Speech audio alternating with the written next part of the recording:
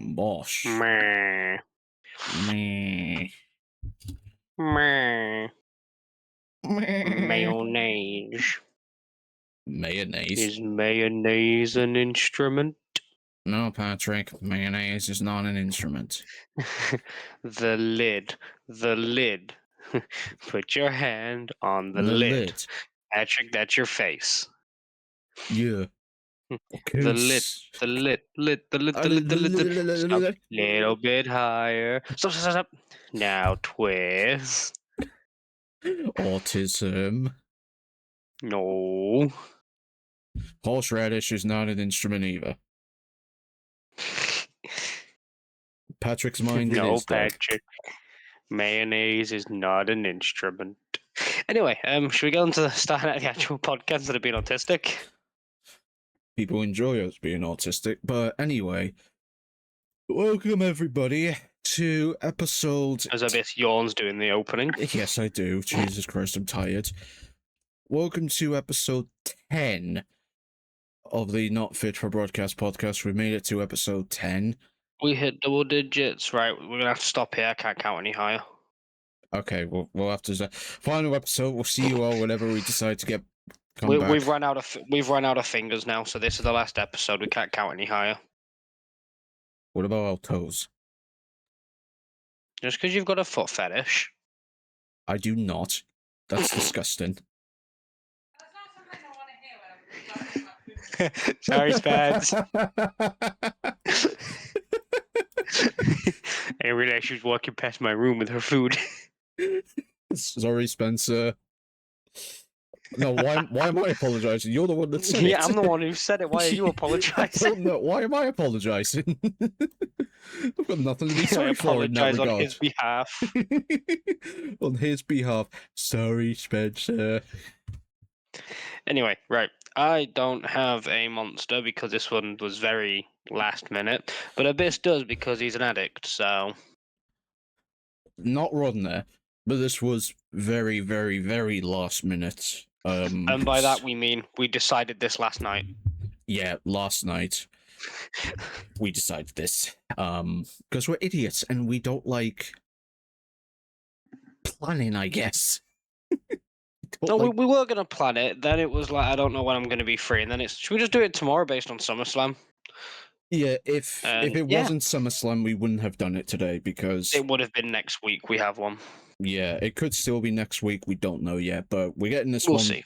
We're getting this one today because it's just, well, one big topic, basically. But guess the energy drink, although you're guessing, well, you could tell your drink, but that's up to you because it's not an energy drink, as you said. Oh, I'm behaving. I've actually just got a bottle of water.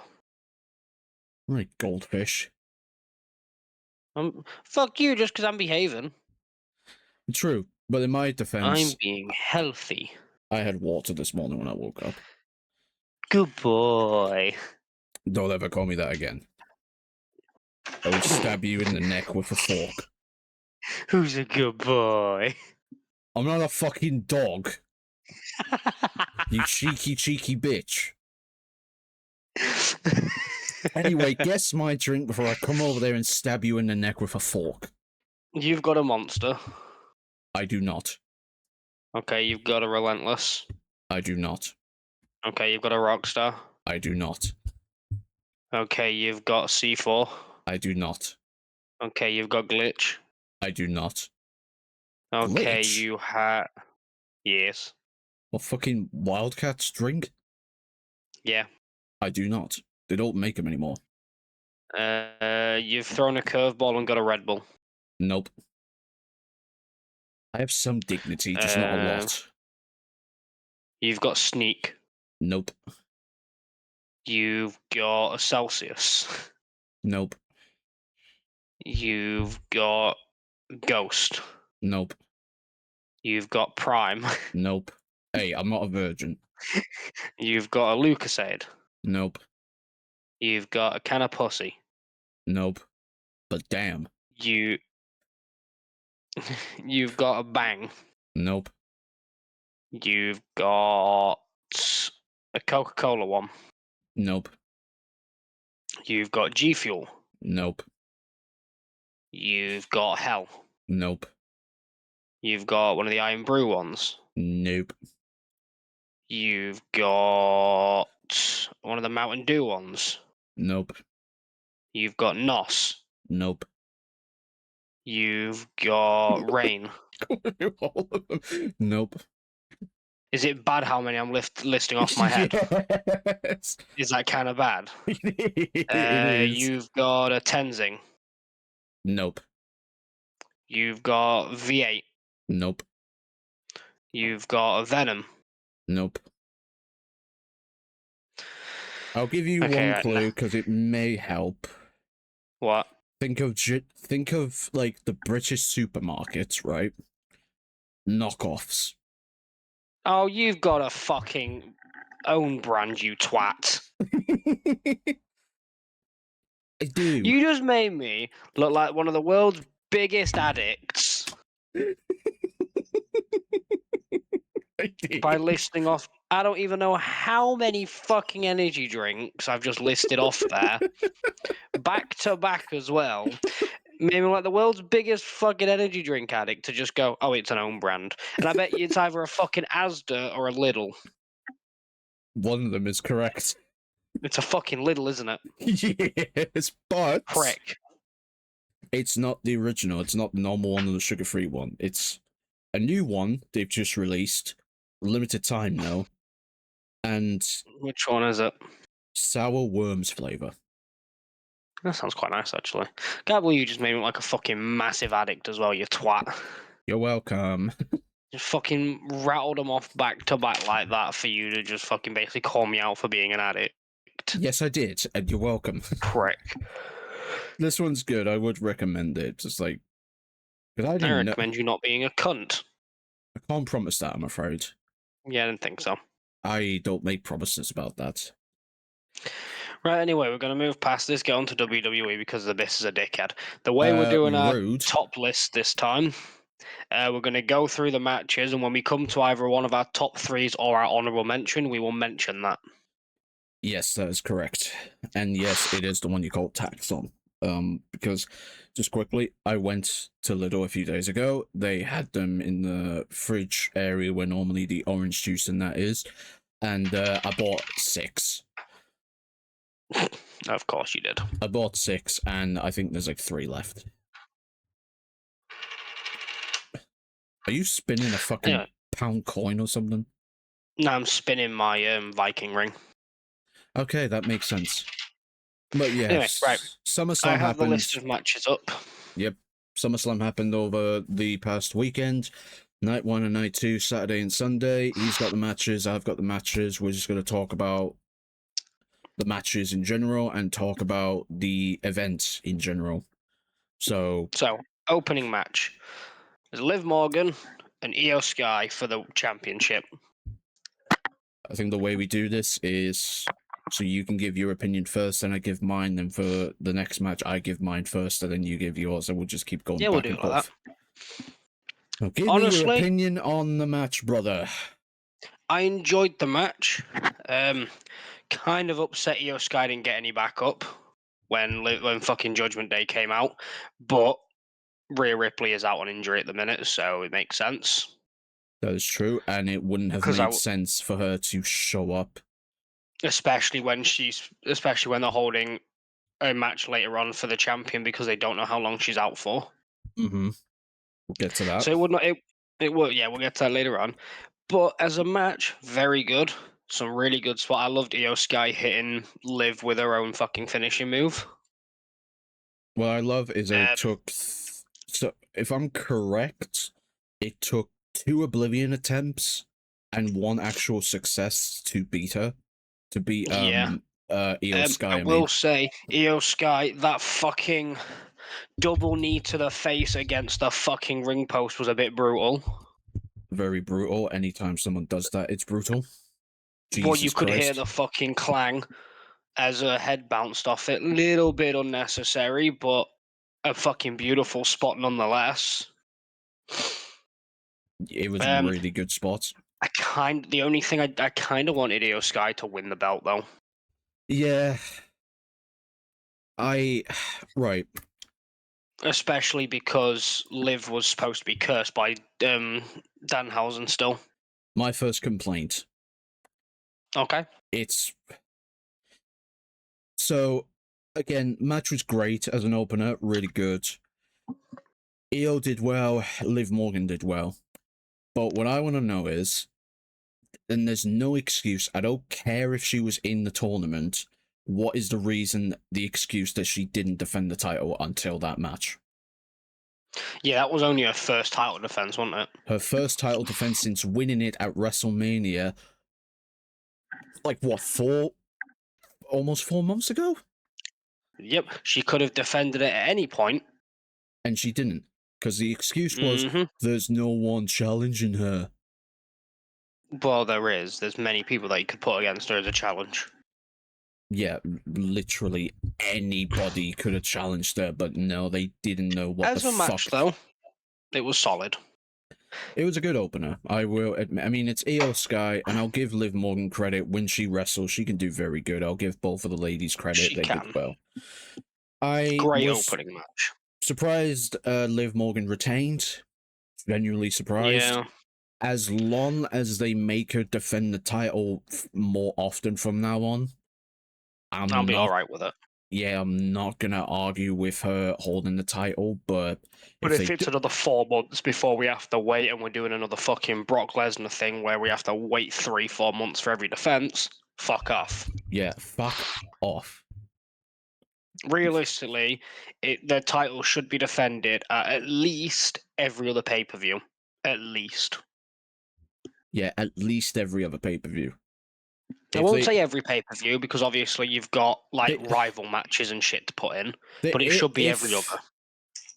If they defend it on I wouldn't say weekly, but every so often on Monday Night Raw or SmackDown, that can make up for them not defending it on the pay-per-view, the thing that's coming up. You know, like fucking. Or even if they don't defend it, even if you hold like number one contender matches for it, so we have the hype of it. Yeah, but just give us something to do with it. Yep, anything, legit anything. But as long as she defends the title, probably at Money in the either Saturday Night Main Event that's coming up, or Money in the Bank, or they have a defended during one of the Monday Night Raws. If they keep up that, I'm not willing to forgive her not defending it for 100 days, but it'd be a step going forward. But it'll make it better. Yeah, we'll make it better. But the opening match, good for an opening match. Can't really go wrong with Io and Liv Morgan. The second match that we have, LA Knight and Solo Sikoa and Royce Keys versus the Bloodline, aka Jacob Fatu, Jey Uso, and Jimmy Uso. I'll let you go. You give yours. Yep. Don't turn Solo Sikoa heel anytime soon. Just don't. You're enjoying him as a face here. Well, right. Match itself, I thought was good. For a match that I wasn't too excited about until that one segment with Solo Sikoa where he talked shit to Jey Uso. You're gonna yeet for 30 minutes. You're gonna do this stupid crap and put everybody to sleep. But I thought the match... That was amusing. It was really amusing. I thought the match was good. I thought everybody was able to do something in the match. The part where Jacob was going to spear Royce Keys through the barricade, Royce Keys counter. That was a beat. The fact he basically cartwheeled with him over the barrier was impressive. Really impressive. Jacob just looking like a menace every fucking time he's in the ring. Jey Uso. Anyway, Jimmy Uso looked good. LA Knight looked pretty good. Solo Sikoa, funny. Anyway. I did like where he starts taking the piss out of Fatu while he's just stood behind him. Yeah, and it's... Where he's doing his little fucking headbang thing and Fatu's just stood there like, really, motherfucker? Really? You know me better than anybody, and you're doing that right now? Are you And serious? you're gonna take the piss, yeah? 'Cause He How did it. He did it with the fucking yeet thing after dropping Uso, and then he knocked fucking Fatu down. Starts doing that, and Fatu's just behind him, like, turn around, motherfucker! I beg. I just want to point out when Solo did do the yeet and he ran it back, just everybody in that stadium just started doing it, and I'm just like, Solo is doing great work at the moment. Yeah, he's got the. That was funny as fuck. Though he starts taking the piss out of more than Fatu's like, motherfucker. What are you doing that for? Absolutely bodies him for, and just like, yeah, you want to try that again? Yeah, go try that again, buddy. I will say, I wasn't expecting them to win. Neither was I I, was to be expecting fair. the Bloodline to win. However, I'm all for it. I'm Oh, all I'm for all it. for it. Because, I mean, maybe it puts more pressure on the Bloodline now because they lost, but also, like, I feel this was a time around there that LA Knight, Solo, and Royce Keys could beat them because Jacob wasn't pinned in the match, so he has some of that credibility still left. I don't. I think it was Jay or Jimmy that got pinned. I can't It was one remember. of the Usos because they went for Solo and then got hit with the BFT. Yeah, I think it was. I don't know. I can't remember who got hit with the Samoan Spike and then the BFT. I didn't go back and have a look, but it was. I'm happy LA Solo and Royce Keys got the win. It was I a wasn't pretty. expecting it. Wasn't expecting it. I thought the match was. It It was. was decent. It was decent. Nothing. I mean, apart from the moments that we just spoke about, there's not really much else that happened in the match. But apart from, I think it was apart from Jimmy almost scaring me when he had that shoulder injury, but it was just him selling it. Yeah, that was a very good sell, though. Really good. So, your thoughts on the match? I enjoyed the match. um, I mean, anytime LA Knight's in there, it's going to be amusing because he shit talks so well. He's one of the best on the mic in terms of He's at the moment. for shit talking and just annoying people. He's one of the best. I enjoyed LA Knight, and I enjoyed Solo Sikoa doing comedic shit. That was Was very not funny. expecting him to do that. I also enjoyed. They look like they're giving Royce Keys a push with how dominant he can be, especially with the whole thing with Fatu, where he just basically fucking cartwheeled him over. Fatu's not like Fatu's down to be like a monster, basically. He is. So I'm hoping Royce Keys gets the push he deserves. I hope so too. I really hope so because Royce Keys is good. I'm just intrigued to see what happens with Solo now. Yeah, I'm intrigued to see what happens with because obviously he's also got MFT, hasn't he? No, they split. Oh shit, yeah. They Which split like a month or two ago. it's going to be interesting to see if anything happens with them now, though. I will say, no, you wouldn't have watched SmackDown last week, would you? No. Right. All I'll say is, so obviously the Tonga, I forget their fucking names, Talatonga and Talatonga, Tamatonga, whatever, fucking Taliban Tonga, all the Tongas. all the Tongas. Who's the father? Is it Haku? Haku. Yeah, he's back. Huh? He appeared last week, and you have to watch the promo where he showed it was just them two backstage. Haku appears, starts swearing like a motherfucker, saying, "You are the fucking Fatu or whatever. Do the family justice or whatever," and he's back. One of the most craziest bastards ever in WWE is back on a WWE show. Haku's a thing is, right, everyone says Haku is like you've got all the ones that look like they can be dangerous. Haku is dangerous. Haku is very, very dangerous. Was very, very dangerous. Still is very dangerous, even for an old man. Mm-hmm.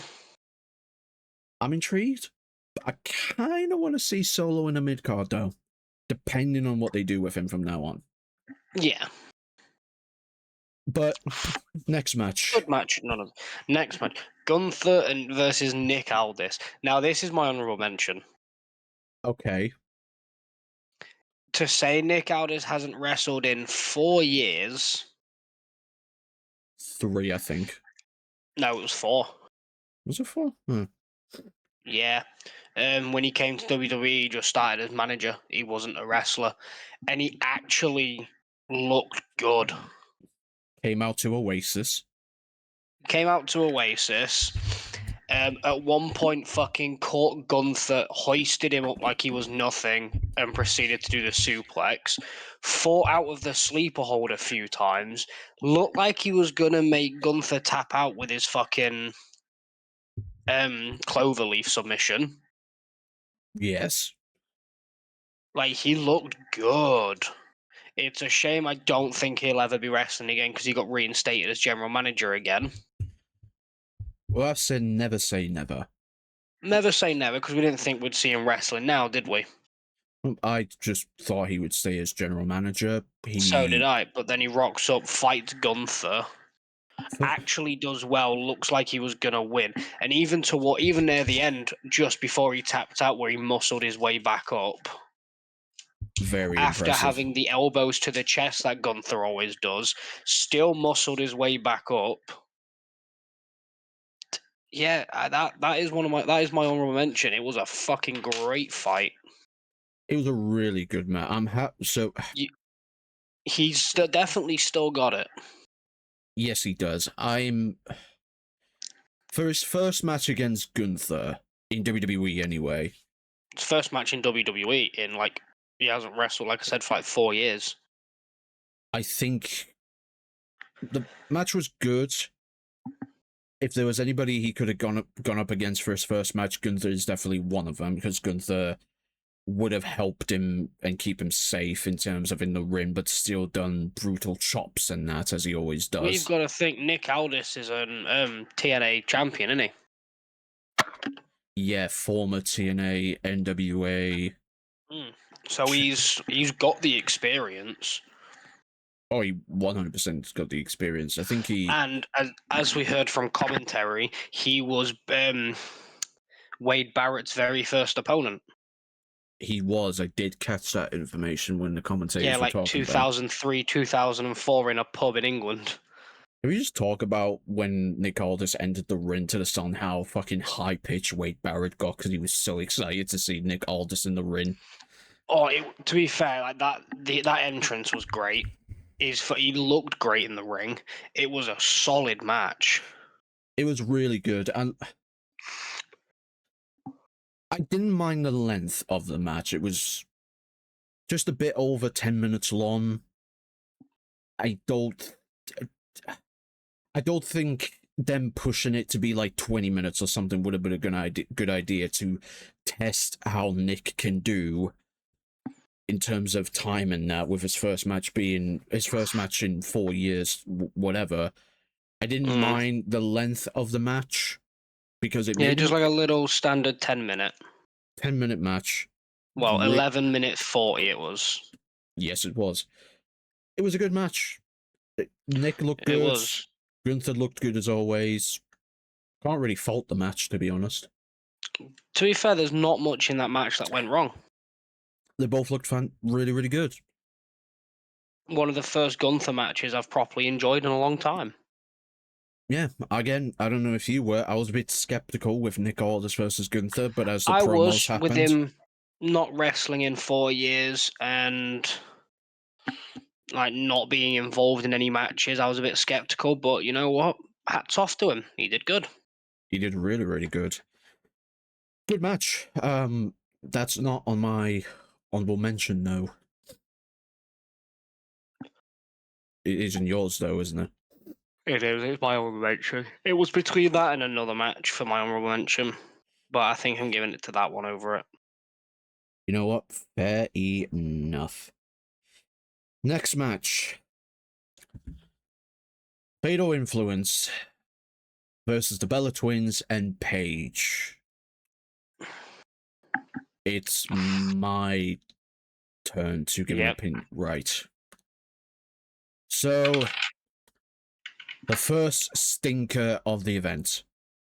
I'm glad you thought the same way as I did. First, first stinker of the event. I'll say this: the members of Fatal Influence, I thought looked okay. They did look okay. I'm happy to The match in see. general, though, was just. Match in general was really it was a nothing match. It was nothing. I will say, as much as I do, I'm gonna be a man in a minute. As much as I don't like the Bella twins, I'm gonna say recover well, Brie Bella, because she did suffer a really bad shoulder injury during the match. So get well, Brie Bella. I will say that. But the match was a nothing match. And I'm going to say something that's going to piss a lot of Bella Twin fans out there. The Bella Twins turned heel. They are the equivalent, they are the female version of the Big Show when they turn heel. Non-stop. Turn heel all the freaking time. The Bella Twins are the Big Show in the female division. They'll be face for 2 months again after this, and then they'll go heel again. Exactly. And it happens every time. It didn't make any sense for them to turn heel because it was Nikki Bella that was hurt at WrestleMania, if I'm correct. Yep, which meant that Paige jumped in.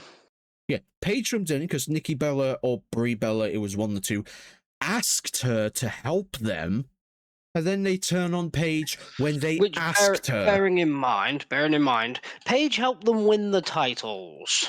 Yeah, Paige returned at WrestleMania after being away from WWE for years. They asked her. She returned at WrestleMania. Paige helped Brie win the women's tag team championships. And they turn on her when they're the ones who asked her for help. Not only that, out of the three of them, she was the best one in that match. She was. Paige looked really good. And then they turn on her, even though they're the ones that asked her for help. It doesn't make any sense. I don't care about the Bella Twins turning heel. They are the Big Show equivalent of turning heel, turning face, turning heel, turning face. I don't care if they turned heel. I said something. Oh, yay, the Bella Twins have turned.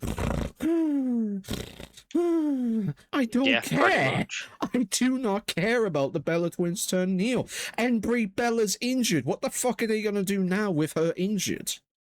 Use crutches? Yeah, probably.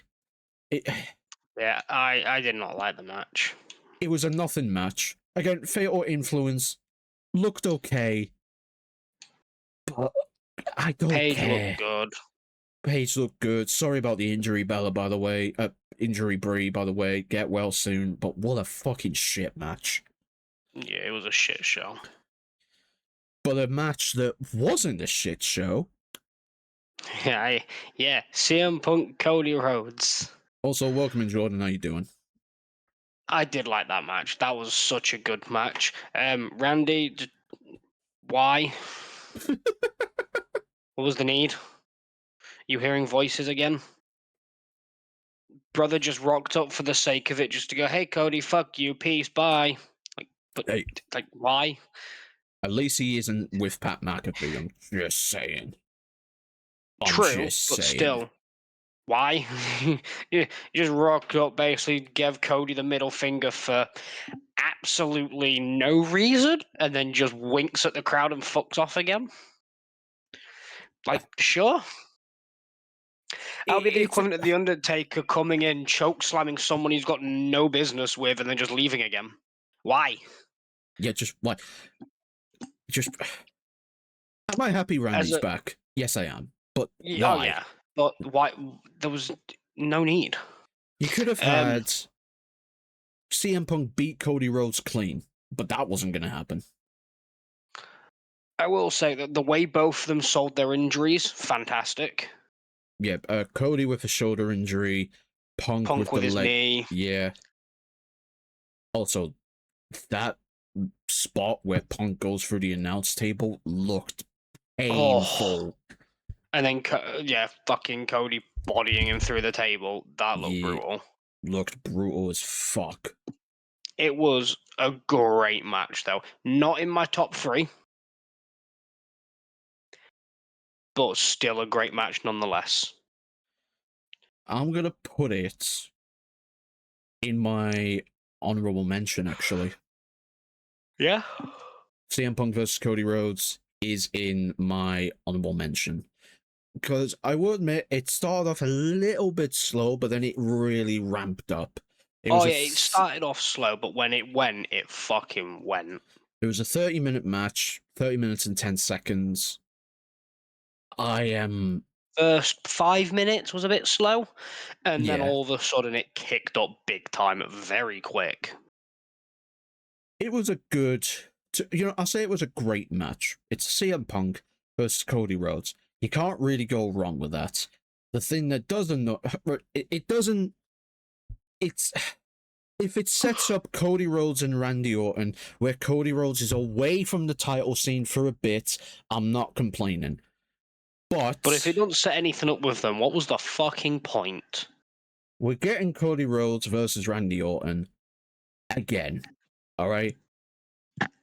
Hopefully, it's better than the WrestleMania match, but Hopefully, if it means Cody Rhodes staying away from the title scene for a little bit, I'm not going to complain. But it's just, I would have. it was a pointless interference. It was. I would have rather. I get it. Both men can't lose clean. Yes, they can. But Randy Orton coming back, RKO and Cody Rhodes. Bye, Randy, I guess. You come back and now you're gone again. It needs to set something up, and if it doesn't, what was the point? Yeah. Other than that, though, fantastic match. I wasn't too keen on Cody's fucking AI entrance. The concept was good, but you could tell it was AI made. The gaming, the Street Fighter thing, yeah. Yeah. You could the concept great, but you could tell it was AI. Just to quickly, did you know? I don't remember when it was, but you know how maybe it was the logo. I don't know what it was, but when they were advertising SummerSlam, right? And you know how it says SummerSlam in Minneapolis, Minnesota, or whatever. Yeah. You could tell it's AI because it's completely misspelled, I think. Yep, I noticed that. It's completely misspelled. SummerSlam, perfectly fine. The Minnesota or the Minneapolis, whatever it is, it was one of them, completely misspelled. Humans wouldn't be able to misspell that. AI definitely misspelled that. That's an AI fucking thing they did. Yep. And it's hilariously awful. But solid match, though. Very good match.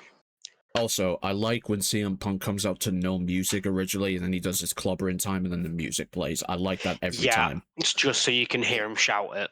But it's a tease, because every time he does it, I keep thinking he's bringing back This Fire Burns, which isn't going to happen anytime soon, but I keep thinking... it's Cult of Personality still. It's Cult of Personality still.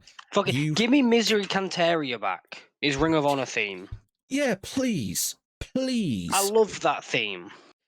He did it at WrestleMania. I mean, I get it, WrestleMania thing, but still, bring it back, like, more. Bring it back. It was such a good theme. Same as we need Sheamus's old theme. Yeah, and the fucking you can't say you lobster head. You can't say you can't afford it because you probably spend millions to get the Oasis song for Nick Aldis. Oh yeah, that would have cost a lot. Yeah, you have the money. Whatever. Moving on before we Moving on to the final match of the night. This one's yours, buddy. Obafemi versus Brock Lesnar with Paul Heyman in a Hell in a Cell match. Okay. I have opinions. Okay. First of all, if we're just looking at Obafemi versus Brock Lesnar as a match, if we're ignoring the stipulation, I thought the match was good. It was good. But as a Hell in a Cell match, it wasn't that great. You could have made that as an Extreme Rules match and not much would have changed. The only spots I remember, the Brock Lesnar going through the table outside, Brock Lesnar in an incredible strength, about to F5 Obafemi, turns it into a tombstone pile driver onto the exposed fucking wood in the ring, Yeah. which was brutal and incredible to watch. The chair spots were quite good, but that was it. That was it. In terms of, yeah, they threw each other into the Hell in a Cell, but as you said, they could have turned it into an Extreme Rules match or a No Holds Barred match, and it would have been even better. But as a Hell in a Cell match, it wasn't as good. But if you're just removing the stipulation, the match was good between Ober and Brock. But with that stipulation included, it wasn't anything special apart from the moments I've just mentioned. But that was only 3 or 4 moments that I've just mentioned. That's what stops me from putting it in my tops, is because as a Hell in a Cell, it could have been so much better. It could have been so much better. And they could have brutalized the Cell much more. Hell, the size of the two of them, they could have put them through the fucking Cell. Yes, and now I get it. Brock and Ober are very beefy dudes. I wasn't going to expect them to go to the top of the Cell. I would have been okay with them maybe putting each other through the wall. It would have been great, but yeah, they could have easily gone through the cage. Also, Brock Lesnar's entrance, the little tribute to when he first wrestled in WWE with the elbow pads, I noticed that. That was very nice. I did like the ending of it where he told him to get back in the ring and basically pass the torch saying, this is the future, this is the past. Also, I don't know if you know that. I don't know if anybody knows this. Brock Lesnar went on the Pat McAfee show, and this is where, if it's true, and I'm going to say it is because he meant it with his heart, that was Brock Lesnar's retirement match. He announced on the Pat McAfee show that he's done, he's retired. See, I already thought it was just the fact he stood there and said that that is his. He basically admitted by saying this is the past, this is the future. Yes. He basically said that Ober is now what Brock was. Yeah. And one thing I was a bit upset, I really wanted Ober to do his fucking fall from grace onto the exposed wood. But he missed it. I know. Because you can see Brock Lesnar looking back very quickly to see if he hit it and then closing his eyes because he missed it. That's because that would have been like the great thing of like kicked out of the tombstone, which by the way was a great tribute to the Undertaker. Yeah, really great tribute. But it was a good match, but it didn't need to be. I get the whole thing of like locking them in a cage together, turn it into a steel cage. They probably would have been more brutal because they would have weaponized the cage. Yeah, or a no holds barred or an extreme or anything. Because again, as a match, falls count anywhere. 1 or 2 as a match, it was good because it's Brock and Ober. But as a Hell in a Cell match, it was not good. It was okay, and I'm saying it's okay because of the spots we've mentioned, but that's all it was. It was okay. Yeah. But quickly, I think we give Brock Lesnar his flowers quickly because he has retired properly this time. And the fake one, as Ali just said, pissed me off. But I saw the fake one coming. I didn't think it was gonna. I was looking at it, was like they're gonna turn that into like a triple match with them and have like Brock beat him, Ober win the final one. Yeah. I'll give. You can say what you want about Brock Lesnar. We'll quickly talk about it. Brock Lesnar, whatever Brock Lesnar does from now on, hunting animals, living on his farm, I hope he has a good life outside the ring. Yeah. Brock, I'll give him flowers. I will admit that his Universal Championship run from 20 2017 to even 2019 was so Snoresville. But but Yeah. before that, and when he came back in 2021, some of the best times Brock Lesnar's ever had.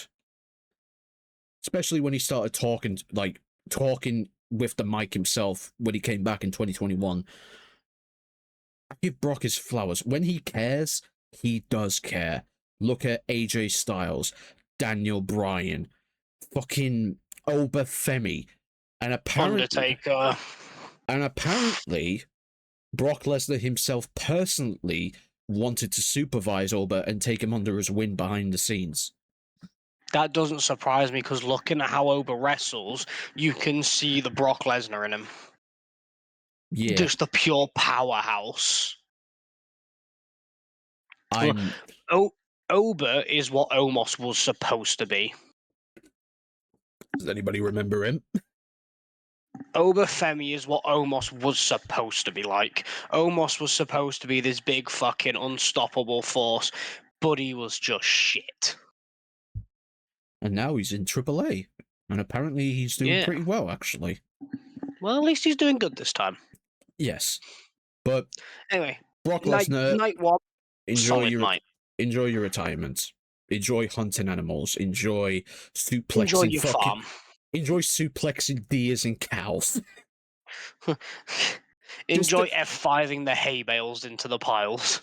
Or the shark, like you did in that one advertisement for SummerSlam. Yeah, I'm still unsure why he did that, but sure. Same here, but it was many years ago, and I don't question anything Brock Lesnar does, because Brock Lesnar will fucking kill me if I say anything negative about him, because it's Brock fucking Lesnar. And he's a legit fighter, not just a wrestler. So yeah, let's not piss him off. Yeah, let's not piss him off. Night one, pretty solid, as you said. It was a solid night one. Night two. To be fair, I'll give the entire thing credit because both nights were quite solid. They were. Both nights were quite solid. But night two, opening match. So, first match was supposed to be Finn Balor, Sami Zayn in a match for the Undisputed Championship. Basically determining who's going against CM Punk. And then you've got Nick Aldis come out saying, I got a surprise for you. Guess who's in this match? And Gunther walks out. And then he turns around and goes, no, that's not done. I want another person. And Kevin fucking Owens comes out. After Sammy's the one who injured him. Kevin fucking Owens is back. I will say, as soon as that bell went, Kevin Owens looked like a crackhead. He just went straight at Finn Balor, fucking shoved him in the corner, smacked fuck out of him. Gunther grabbed him, he shoved him in the corner, smacked fuck out of him, beat shit out of the pair of them, hugged Sami Zayn, and then proceeds to just punch fuck out of each other. This is the guy who had a very serious neck injury. He comes back, starts doing cannonballs. What even? He comes back from a neck injury and just goes, want to see a magic trick? Abuses the other two, gets them out the way, hugs Sammy and just goes, have a right hook. Oh, you want me to do a swanton outside on the opponents? I'll do that with my bad neck. I don't give a fuck. Oh, you want me to do my cannonballs in the corner? I'll tell you what, I'll one-up that. I'll put them in opposite corners and bounce between them. It is literal pinball simulator featuring Kevin Owens. Motherfucker got slammed through a ladder to injure his neck, who's been out for what, over a year? A year and a half, I think. And then comes in and goes, "Hey, my neck's fine. You want to see how much I can prove it? You know what's even want to see how far I can push it?" You know what's even funny? On the post show, he does the interview. He turns to the crowd and says, "Yeah, the doctors told me to be careful. I'm not being careful. If I've got 2 years left, I've got 2 years left. I'm giving it my all." The doctors told me to be careful. Also, Kevin Owens front flipping outside the ring. Doctors told me to be careful. Nah, if I have 2 years left of my career, I'm going out in style. Doctors told me to be careful. Anyway, time to weaponize my entire body.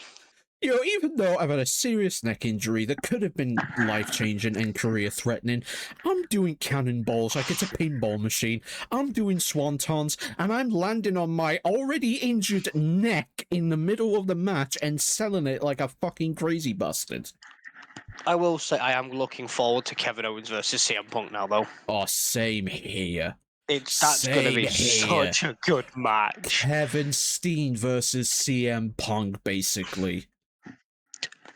And you just know Kevin Owens is still going to be a lunatic. Yes, because it's Kevin Owens. And Kevin Owens doesn't give a shit about you, especially if you've got a family. Shit, Kevin Owens doesn't give a shit about himself, evidently. Of course! He's doing swantons and cannonballs when he's just came back from a career and life-threatening neck injury. Doctor said, take it easy.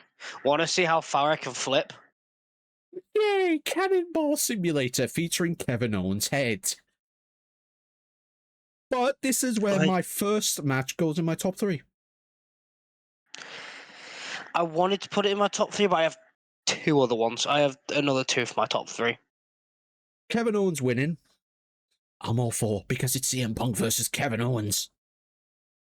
My top 3 is all from night 2. Okay. There is one negative I have with the match. I feel Gunther fighting a second time. No, that's not it, actually. No? I feel a bit bad for Finn Balor, though. Because I had him to win the match. But then it turned into a triple threat. But then it turned into a fatal 4-way. And I was kind of expecting... When Kevin Owens returned, I was like, okay, yeah, he's winning the match. He's winning because it's Kevin Owens. He's just come back. When Gunther came out, I was like, Sammy's not winning this. Either Finn Balor or Gunther. Then I saw Kevin Owens come out. I went, okay, none of them's winning it. Crazy Bastard's going to win it. Crazy Bastard with a bad neck, he's winning it. Because, okay, he's got a bad neck. Well, guess what? I don't think he cares what the doctor says. Of course he doesn't, because he basically flipped them off when he was doing an interview. Yeah. Anyway, you've got the next match, and I'm glad I don't have this one. Kevin Owens is back, though. Welcome back, Kev. Great match. Please best opening match out the 2 of them. Yeah, please don't kill yourself for the entertainment of us, though. You watch Hell in a Cell Doctors told me to be careful, swantons off the top. No. Would you put it past him? Absolutely not, because it's Kevin Owens. Exactly. It's Kevin Owens.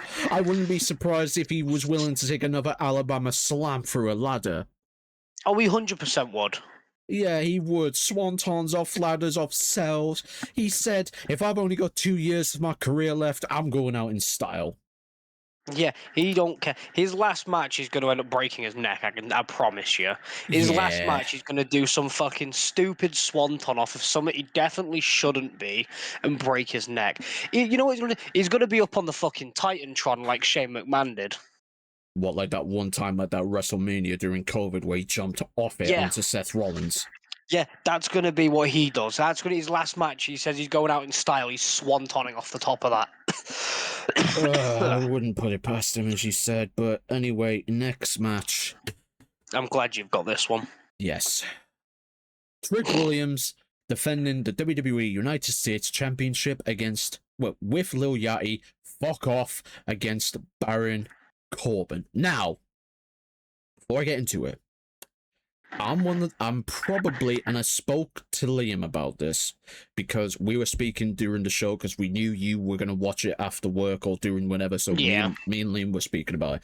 And I said to Liam, when the match was happening, I said, and I quote, gotta be honest, I think Baron Corbin is a little bit underrated, especially during his last few years when he was in NXT. Because Baron Corbin, I'll give him credit, he improved quite well when he went back to NXT, and then when he started teaming up with Bron Breakker in NXT. His ring moves improved, his mic skills improved. I do think Baron Corbin is a little bit underrated. However, this match, I have... Right. Trick looked good. Baron looked pretty okay. But You're telling me that Baron Corbin, who has been away from WWE for 3 years? 3 years, I think, something like that, took time to go to the independent scene and whatever wrestling promotion he was hired to, teamed up with whatever his Dominic Dijakovic. I don't know what his name is outside, but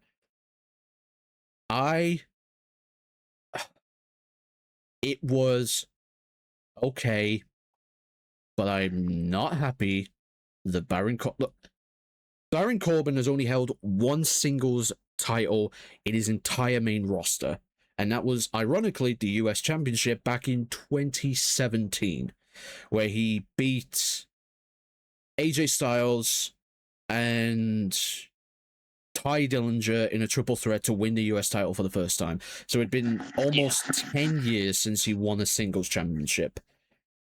I'm both upset about Baron winning, but the match itself wasn't anything to talk about. Lil Yachty needs to fuck off interfering all the time. Lil Yachty, why are you there? Just why are you there? So I'm not mad with Baron holding, because I actually enjoy watching Baron wrestle. His finishing move is protected. Question. Still, nobody's kicked out of it. Ron. Drew McIntyre did at WrestleMania. Oh yeah, sorry. One person's kicked out of it. One person has kicked out of his finishing move since he's had it for like 13 years or 12 years, I think. Somewhat around that. And the only person to kick out was Drew McIntyre, who, at that point in his run, Drew McIntyre was a fucking lunatic. Because it was around the same time he kept jumping fucking CM Punk, wasn't it? Yeah. I was kind of worrying about that. Isn't his career, it's his family. But like the match wasn't great. It wasn't bad. It wasn't good. It was just a filler basically, which is shit because it's a championship match. That felt like a filler match. Yeah. Hopefully this means we'll get to see Baron get a push because his ring ability has improved massively.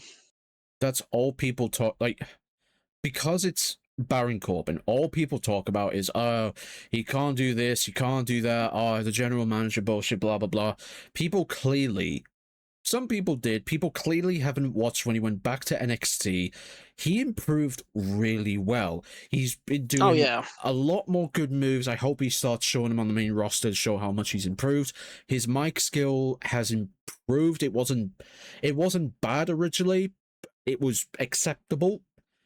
It was one of the ones where it's like, you're not mad if he's on there, but there's better people that could be on there. Yeah. Again, I'm not angry Baron Corbin won, but he just came back. They must be doing something with Baron if they've just given the title in his first match back in WWE. Which I'm looking forward to. I am too, but I'm also wondering what's going to happen with Trick Williams. I really hope this is the end of Trick Williams and Lil Yachty. Lil Yachty off. Please, I don't want this no-skill rapper in my fucking ring. And his voice is annoying. It is. He just needs to fuck off. He does. Get him away. I don't care. Anyway, I get the next match, and I'm happy I get this match. I predicted this completely wrong, by the way. Yeah. So, tell what the match is, and then I'll give what my prediction was. This was for the interim women's championship, because obviously Rhea's out for we don't know how long. So this was Chelsea Green, Charlotte Flair, Jade Cargill, Lash Legend, and Tiffany Stratton in a 5-way ladder match. Yep. Now, this... Welcome in, Wolf. How you doing? This is my number 3. This is my Wait, I gave an honorable. This is my number 3 too, because I already gave an honorable. No, wait. I can't remember. No, you gave 1 to CM Punk, Cody Rhodes, and 1 to the Kevin Owens, Finn Balor, Gunther, Sammy. Right. Oh, yeah, I did, didn't I? Okay, never mind. No, this is my number 2. This is my number 2. Yeah, this is my number 3. No, It was a fantastic ladder match. It was. Now, my prediction, right? So I looked at this when they announced it. As you said, I said to myself, well, Tiffany's not winning because she's the women's US champion, right? She's Yeah, not winning. I said Tiffany's not winning. They're not going to have her holding 2 belts. They're not It's gonna been done, but they're not going to do it. not gonna do it. Lash Legend, I'll give Lash credit. She's quite good in the ring, but she's still a bit fresh in my opinion. She's not winning. So it was either going to, and I thought Chelsea Green, no way. So I thought it was either going to be Charlotte Flair or Jade Cargill winning. And what ended up happening, my friend? Chelsea Green won. Now, do you know what my prediction was? What? My prediction was Jade Cargill or Chelsea Green. You fuck. I thought it would be. The reason I said Charlotte was because I had to do research on this. It has. The last time she held a single women's championship of any kind was when she lost it to Rhea Ripley a few years ago. That was the last time she held a singles championship. So I thought, right, it's the interim. Maybe they'll give it to her because then we can have Rhea Ripley versus Charlotte again. And if that match at WrestleMania was anything to go by, it would be great. But Chelsea Green Chelsea Green, kill me, ended up winning. Yeah, I had Chelsea Green as one of my predictions, either Chelsea or Jade. The match was fucking brilliant. I loved that match. It was much better than the women's match we had the night before. Hell yes, it was. So much fucking better. It was. Some of the spots were incredible. The fucking ladder work that they ordered. The only thing I can say that they fucked up was tipping the ladder over. Yeah. I expected... Which I just laughed at. But, like, even fucking launching them outside, taking everyone out, everything worked perfectly. And I love how Chelsea won it, where she got jumped, fucking just hung there upside down, waited for everyone to take each other out, and then just sits up and goes, yoinks! This is mine now. Literally hanging upside down on the ladder, pretending to be unconscious, waits for them to take each other out and just sits up and goes, I'm gonna win. I'm gonna win. It was so sneaky, but so amusing as well. I think every woman in that match performed really well. As soon as I saw them come out, because Spencer was watching them with me, I went, I'm telling you now, Chelsea, Charlotte, and Tiffany are going to end up out the ring, and Jade Cargill and Lash Legend are going to throw hands with each other because they're like the two brutes of the match. And not even a minute later, the three of them end up out the ring, and Jade and Lash start throwing hands with each other. And then they come in the ring, and they fucking take one of them out, and then get drop kicked by the other two. I hope you're enjoying the podcast while you're listening to us, Wolf, but I'm all for Chelsea. Like, it was a good call. Unexpected. I didn't think Chelsea would win. But I believe they're only giving her the title until Rhea Ripley comes back, and then Rhea Ripley's going to beat Chelsea. Oh yeah, Rhea Ripley's going to bury it. Plus, now we don't have that fucking secret Hervis thing going on. We actually get to see Chelsea wrestle properly. Yes. I'm all for Chelsea winning. If that match was anything to go by, I'm looking forward to seeing her wrestle properly. Yes, and I'm looking forward to seeing what she can do with that championship, even though she is just the interim, but I'm all for it. I mean, if she beats Rhea, I'm not going to be mad about it, but I'm also not going to be expecting it. Yeah, I'm not expecting it. But I won't be mad. I wouldn't be mad either, because Chelsea is... Right, you'll have to correct me. Is she the first US Women's Champion, or am I thinking of someone else? Chelsea, I think she was one of the first. I don't know if she was the first. Maybe it was... No, Lyra Valkyria was Intercontinental Women's Champion. Yeah, she was Intercontinental. She was a great wrestler too. Yeah, maybe I'm thinking of someone else, but the match itself, great. She can wrestle really well. She really can. Well done, Chelsea Green. Well done to the ladies in the match. They did really fucking well. Much better than that tag match the night before. Yeah. 100% better. Also, I hate you now Why? because I've got the next match. What's wrong with that? Right. Dominic Mysterio versus Danhausen in a human monies on a pole match. The winner kept the $100,000 Danhausen stole from the Judgment Day. Stole in quotation marks, by the way. Yes, stole in quotation marks. So the concept for this, just so people didn't know, Dom was facing Oba in the King of the Ring match. Dom wanted to beat Oba. Dom turned to Danhausen, gave him $100,000 to curse Oba. Evidently did not work. Yep, evidently did not work. Demands the money back. Danhausen basically tells him to go fuck himself. That he does. And then we get to the match. Yeah, we get to the match. Which, by the way, this is the first ever human monies on a pole match in WWE history. Yep, in WWE history, $100,000 hanging on a pole. We had a history match.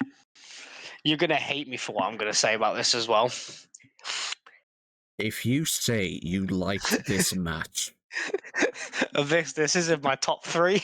What?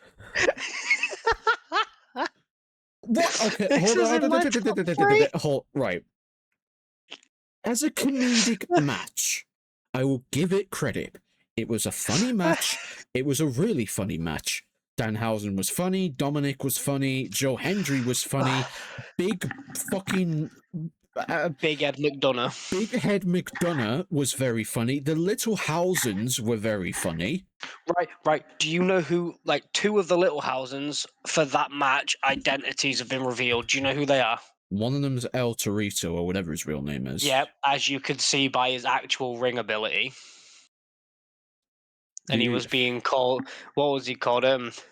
Torino Hausen. Torino Hausen. The other one is, you know, the dwarf comedian, or what's he called? Brad Williams. Yes. He was one of them. You serious? So he went on every wrestling podcast begging to be a Minihausen, got flown out to Minneapolis, was part of the Minihausens on the ice cream truck, and then got to be one of the Minihausens for the match. And he even said he's like, Alice clipped me losing my mind. Thank you. That's going on TikTok. But yeah, one of them is actually Brad Williams for that match. Okay, fair enough. You know what? I'm breaking a rule. Venom, you can give your opinions on the match, and I'll give mine after. Because I've got many things to say about this match. So you, my brother from another mother, please give your opinion on this match before I start going fucking, I don't know, losing my mind on this match. Please. Oh, I loved this match. I fucking loved this match.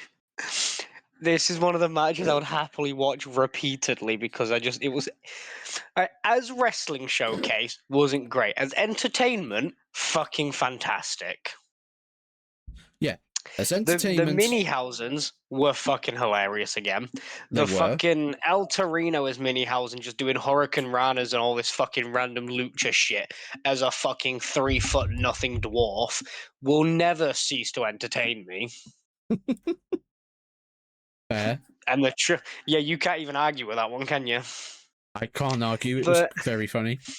Even after the match, when Danhausen won, and he starts throwing it, and you see like a couple of normal $1 bills, then the $1,000 everywhere. I remember on commentary. Way back. $1. $1.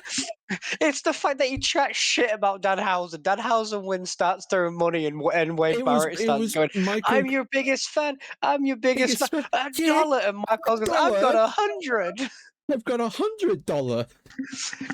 You've got all the Minihausens grabbing them. Joe Hendry shoving them in his pocket. He's just throwing fake and real money everywhere just for the fun of it. The match itself was actually quite decent. I honestly, I wish it went on a bit longer. And yes, you do, Ali. You're going to need to get it right. How long was it? 6 minutes and almost 7 minutes. It did not feel like Yeah, it I was wish 7 minutes. it felt so much quicker. It did feel so much quicker. I'll give you that. I wanted it to be longer. Like, I love how he doesn't do like a normal move. He sees. I also love the little bit where he knocks him off and he lands legs either side of the fucking ropes. And then he just kind of falls off it, sees Dom climbing it, quickly curses him and watches him get flung off by the fireworks. Joe Hendry coming out because they jumped him and just smashing the guitar on McDonough's back. Which was very funny. And then doesn't even get involved in the match. He equalizes, stands on the outside and just cheers him on.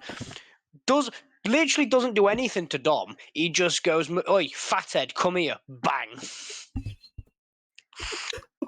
lays out the Minecraft Steve head looking head ass, and then just sits there cheering on the fucking vampire. You've got this, Danhausen. Oi, fathead. Literally, really you've got JD funny. McDonough jumping fucking Danhausen, and fucking Joe Hendry comes out with the guitar, goes, "Oi, Q-bed," bang. Yeah, how could... Yeah. And then doesn't get, which is what I like about the interference. All he did was equalize. He didn't do shit to Dom. He took out Dom's helper and then just stood there. The Mini-Housens, yeah, they were just nuisances, but they always are. They're nuisances And and they're funny. I'm loving this team up of Joe Hendry and Danhausen. Yeah, Ali. It's a good team up. I will admit that, apart from that one segment on Monday Night Raw, but we don't talk about that. That match is in my top 3. Yeah, we can watch it. It is very comedic, I'll give you that. It is one of the best matches of the night. Well, I'm glad you think so. Like I said, as far as wrestling showcase, there wasn't much actual wrestling. But as entertainment value, it was fucking amazing. I just hope this is the end of the feud. That's all I wish for. Yes. Now give me actual tag team matches. I want to see the Usos versus Joe Hendry and Danhausen. Yes. Yeah? You like that? I'm all for that. Yeet. You are yeet. When fucking Jey Uso is about to do the roll it back and then Danhausen goes, "No, you are yeet." Even better, give me Danhausen, right, at fucking Survivor Series when they do War Games, give me Danhausen and the Bloodline together. I want to see Roman Reigns, Jake Fatu, the Usos, and Danhausen on a team. Oh, for God's sake. Tell me that wouldn't be entertaining. Fucking Jacob fucking Fatu and Danhausen on the same team. Tell me that wouldn't be entertaining when Fatu starts doing his little head thing where he fucking starts head banging and Danhausen's there with him. It would be entertainment, and I hate to say that. so Survivor Series, give me the Bloodline and Danhausen together. I'm all for that, actually. That'd be really funny. See? I love that they've brought Danhausen into this. I love they brought him in the WWE. It started off a bit iffy, as we know, but he's really entertaining. You know what I would love to see? Bring the Hardys back. Give me the broken Matt Hardy where he shouts delete, and then give me Danhausen in front of him. Curse, delete, curse, delete, curse, delete. You are delete. Deletes the curse. You are cursed. Deletes the curse. You are cursed. Deletes the curse. Danhausen needs a title run. Give them the tag titles. I've got nothing to say. See, I've made you enjoy the match now. Fuck off. Yeah, go Abyss. What's your opinion on it? It was a great match. Yeah, I agree. Just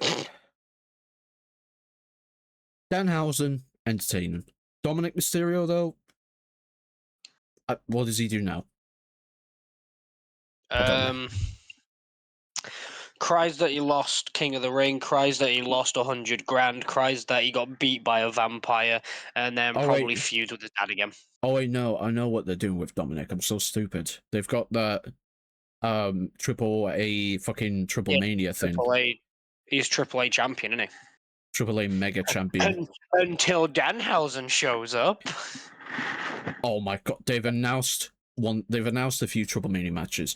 It's Dominic defending the title against El Grande Americano. I swear to fucking God, if Danhausen appears in Triple A versus Dominic Mysterio and El Grande Americano beats him for the title, I am going to clip this, save this. If the match between Dominic and El Grande Americano at AAA Mania, if Danhausen makes an appearance, versus Dominic Mysterio, and El Grande Americano wins, I'm buying a Danhausen shirt. No, I'm going to make this better, Abyss. If Danhausen comes out and curses him, you have to cosplay a stream as Danhausen. You have to get the mask, the cape, everything. No. Please? I'll get the mask. And the cape. I'm not buying a fucking cape. Ali, how would you get him to get the... Wouldn't you have to do the fit? Do they have a Danhausen mask? Yes, it's on the WWE store. I've already checked. I'm checking. Fuck the podcast for 1 second. They've got his cape, they've got his mask, they've got his jar of teeth, they've got his human... He's got human money, he's got loads. Oh my fucking God, they do. So, Abyss, they've got deal? human money on the side. Yeah, they've got a jar of teeth. Oh, for God's sake. So I think if Danhausen comes out and curses him at AAA, you have to get a Danhausen mask and his cape, and you have to cosplay as him on stream. Deal? Look, Ali's asking you nicely as well. The conditions are if Danhausen appears and if he curses Dominic on the show, not before. Okay, deal. Deal then. Again, only if Danhausen appears at Triple Mania in September and he actually curses Dominic on the show and El Grande Americano wins, then I'll do it. Okay, just going to email The Undertaker. The fuck's The Undertaker? Oh, fuck me. He's in charge of the show. Yep. He's in charge of the show. Give my creative thoughts to The Undertaker real quick. Go and fuck yourself. Oh no, what have I done? And bearing in mind, Undertaker, what was his whole gimmick? Oh yeah, dark arts. What's Danhausen's whole gimmick? Dark arts. Oh God. There is a very good chance that it happens, Abyss. Please have Danhausen do something that's not a Triple Mania. Please send Danhausen to Triple Mania. Go and I fuck want yourself. I want to see Abyss cosplaying as Danhausen with the cape and the mask. Oh, fuck off. What? It's next match. Your turn. You didn't give your thoughts on this match. No, moving on. You don't want to give your thoughts on it. No, go on, Abyss. The podcast. You have to give your thoughts on Danhausen versus Mysterio. No. Give your thoughts, Abyss. No. We know it's got two of your favorite wrestlers in there. Fuck off. We know you love Danhausen is up there. I will admit Danhausen is very entertaining. So is JD McDonough. What, with his fucking Minecraft Steve Rubik's Cube looking head? Hey, you have to give him props for that fucking moonsault he did where he punctured his lung and still finished the match. He didn't just puncture his lung, he fucking... cracked his 7th rib, punctured his lung, finished the match off, then went to hospital. Every time we talk about it, I just cringe because Jesus Christ. It's the way he hits it and bounces. Yeah. How on earth did he finish the match? Against the Viking Raiders, too. Against the Viking Raiders. And not to mention, if I'm correct, he did the moonsault at the end. Yeah, he did. With a punctured lung and a cracked rib. JD's so underappreciated, I've got to be honest. You have to give him props, don't you? I do. He's very good. I just wish he was doing To something be else. fair, like Dom is a good wrestler. He's just he had a bad start for a while. He's a great heel. He is. And then Joe Hendry is just entertaining to watch. Because it's Joe Hendry. Who do we believe in? Denhausen. Oh, fuck off, you ruined it. So you admit that match was entertaining, yeah? It was entertaining, but as a wrestling match, I don't ever fucking... As an entertainment, funny match, it was all that. It was entertaining and it was funny as a comedic match. As an actual match, however, I don't know. I just don't know. But... One of the best matches of all time. Actually, right, I want to see what rating did that match get.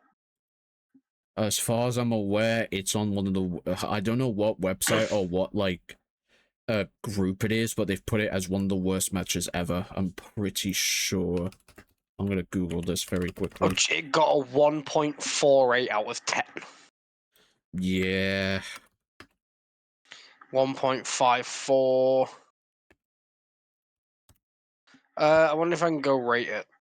I'm going to go fucking put it up to like a 10. I'm going to make multiple accounts and just start rating it. Here we go. Danhausen versus Dominic Mysterio voted by Cage Match fans as one of the worst WWE matches of 2026. Yeah, I'm going to admit people need to realize that every time Danhausen wrestles, it's not about the wrestling, it's about how funny and comedic it is.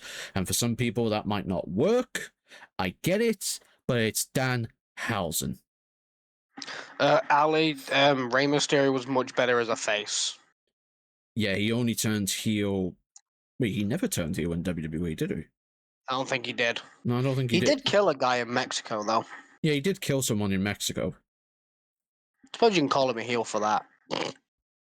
Yeah. We shouldn't make fun of that. We shouldn't make fun of that. Burying someone. For fuck's sake, Venum. What? What'd I say? You want to move on? Yes. But you still haven't given us your thoughts. It's entertaining. Moving on. You admitted it! Anyway, your turn. Chad Gable and Penta. Now, yeah, for legal kind of reasons. wanted Penta to retain. Right. Yeah, you can give your opinion, of course. I wanted Penta to retain. However, if they make Chad Gable a face now, after the whole respect to the Luchadors when he lost, I'm not going to be mad. He is a face, I'm pretty sure.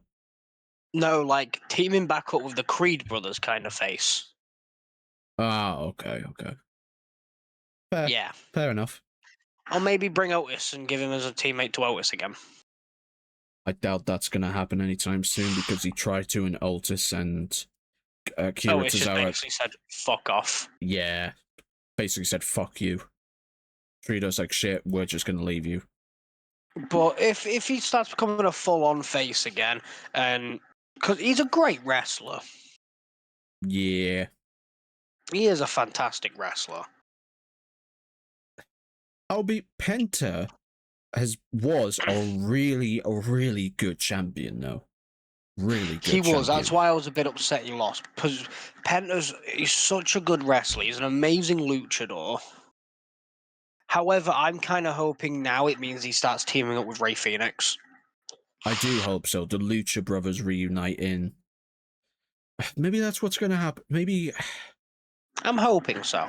Because, I'll be honest, the tag team division needs something. That why they brought Rey Fenix back into WWE? Reunite them both? Pretty sure that was the main reason. Although... and then... Yeah. Then even when that tag team match happened for the tag team champions, he was teamed with Dragon Lee. Yeah, and then Dragon Lee teamed up with AJ. Which, I mean, I'm not mad about them two teaming up, because Dragon Lee's great as well. Yeah. But the whole reason for Rey Fenix coming to WWE was because of Penta. Yeah, the Lucha Bros. Which, to be fair, they do need the Lucha Bros in the tag team division because it's kind of lacking a little bit. I've noticed now there's less tag teams and there's just more stables. Yeah, what is it? There's the Bloodline, the Vision, Jade Cargill's group. Damage Control, That's still I thought that Fatal was Fatal Oh, Influence. did that disband? That disband, like, Yeah, sorry, it was Fatal Influence. I was thinking. Yeah, you've got Fatal Influence. You've got the fucking Jade Cargill's bullshit. You've got what, like you said, you've got the Vision, the Bloodline. Possibly a new team up with Royce Keys, LA Knight, and Solo. Potentially. possibly I mean, they worked well together, so I don't see why you wouldn't. what's that NXT Dark States? Oh, yeah. Dark The States. NXT one. Yeah, the There's NXT more one. stables and big teams than there are just tag teams. Yeah, even when the Wyatt Six were around, that was still a faction, even though like they would wrestle as a team, but it was still a faction. New Day is now a tag team, but they don't get used. And they're gone. Yeah, they fucked off. Yeah. They're But even when they were there, they were a tag team, but didn't get used.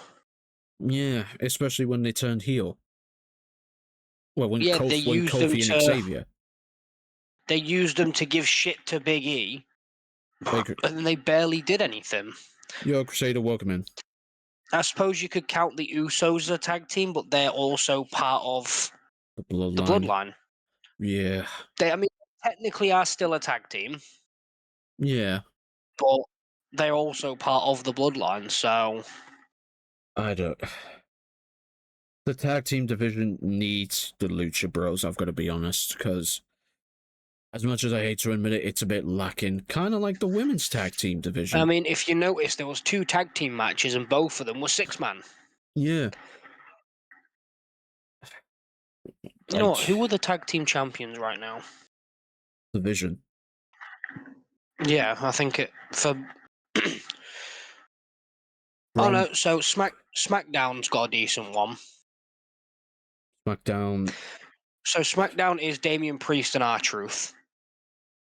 I forgot about that. Raw is the Vision. Yeah. WWE is Fatal Influence.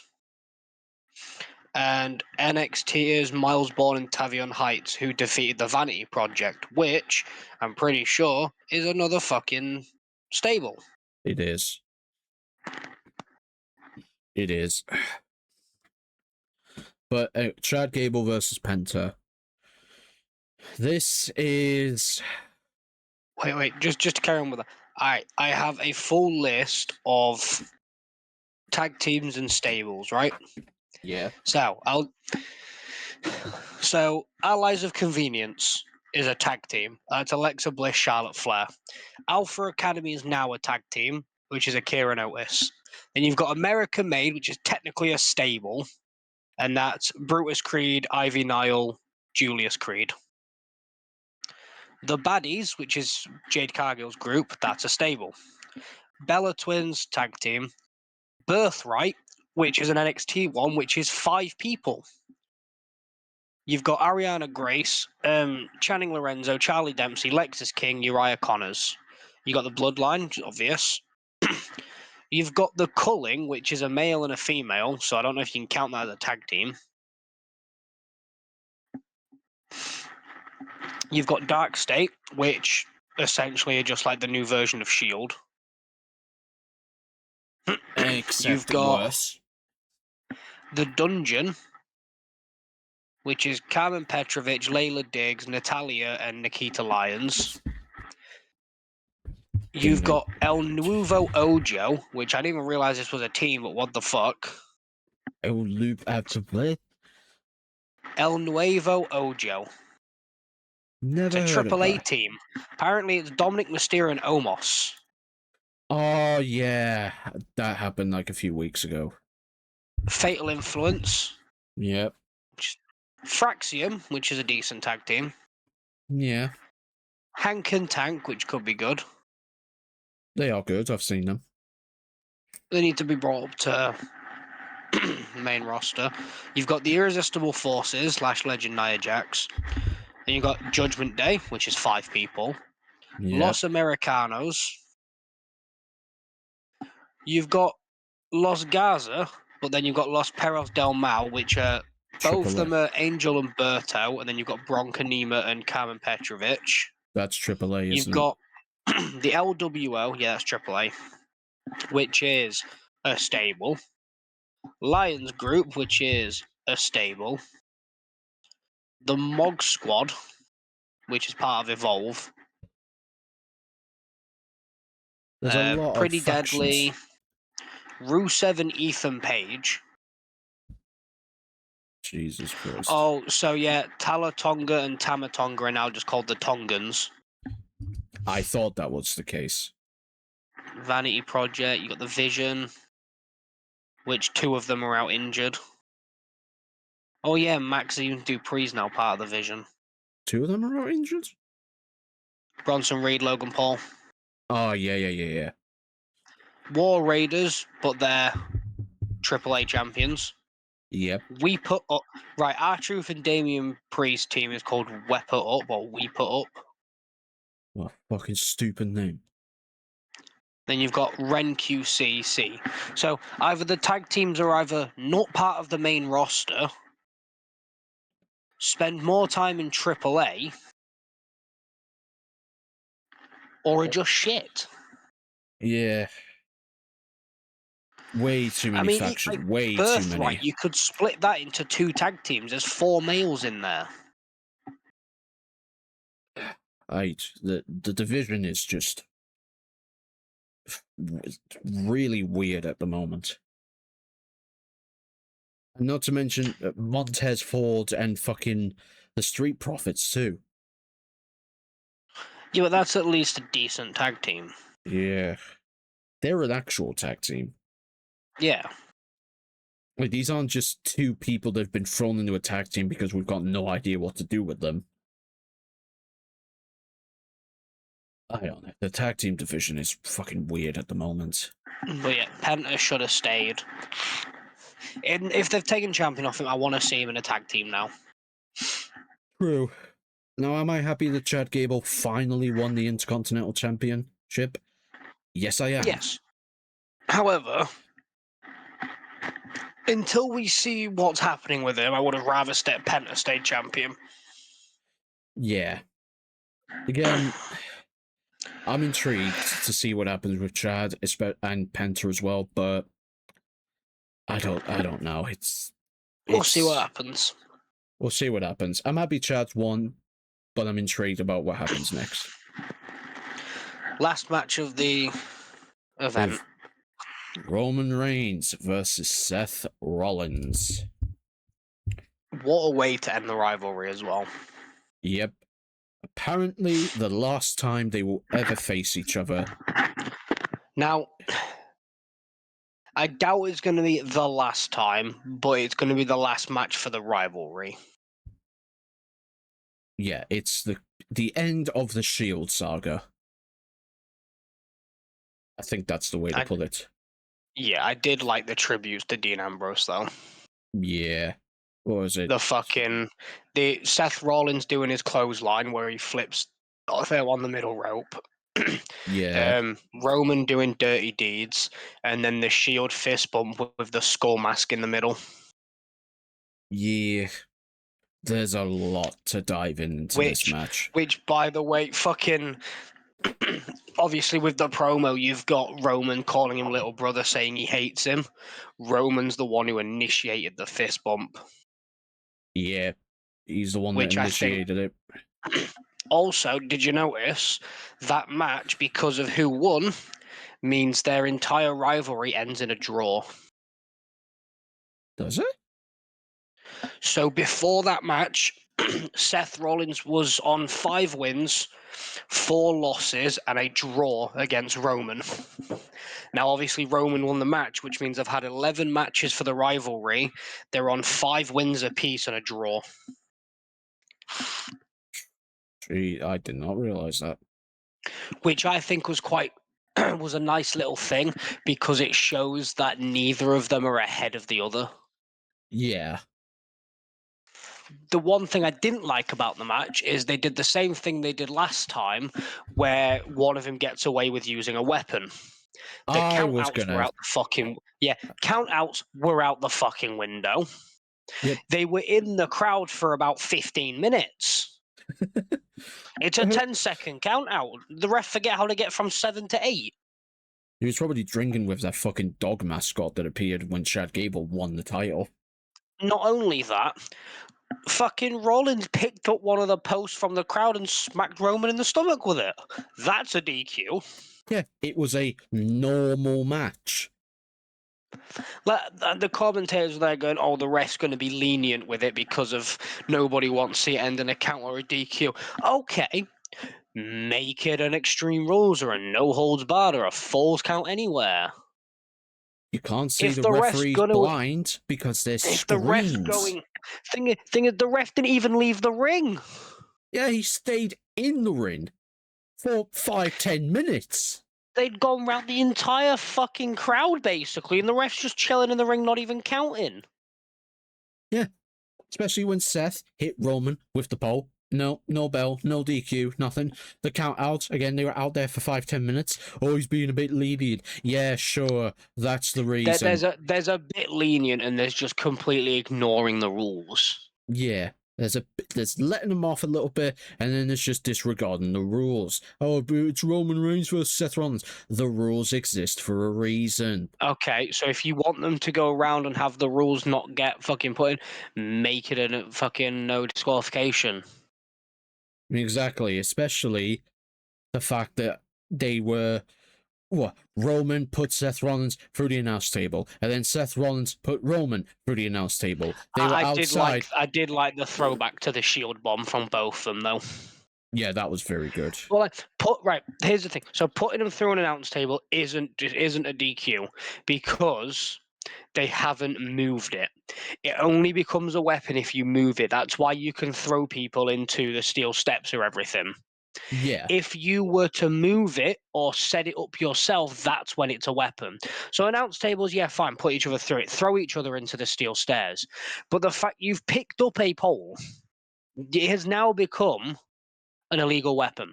If you just threw him into the pole, different story. or like you would to the barrier where you smack the head off it, fair enough. You haven't moved it. It is part of the environment.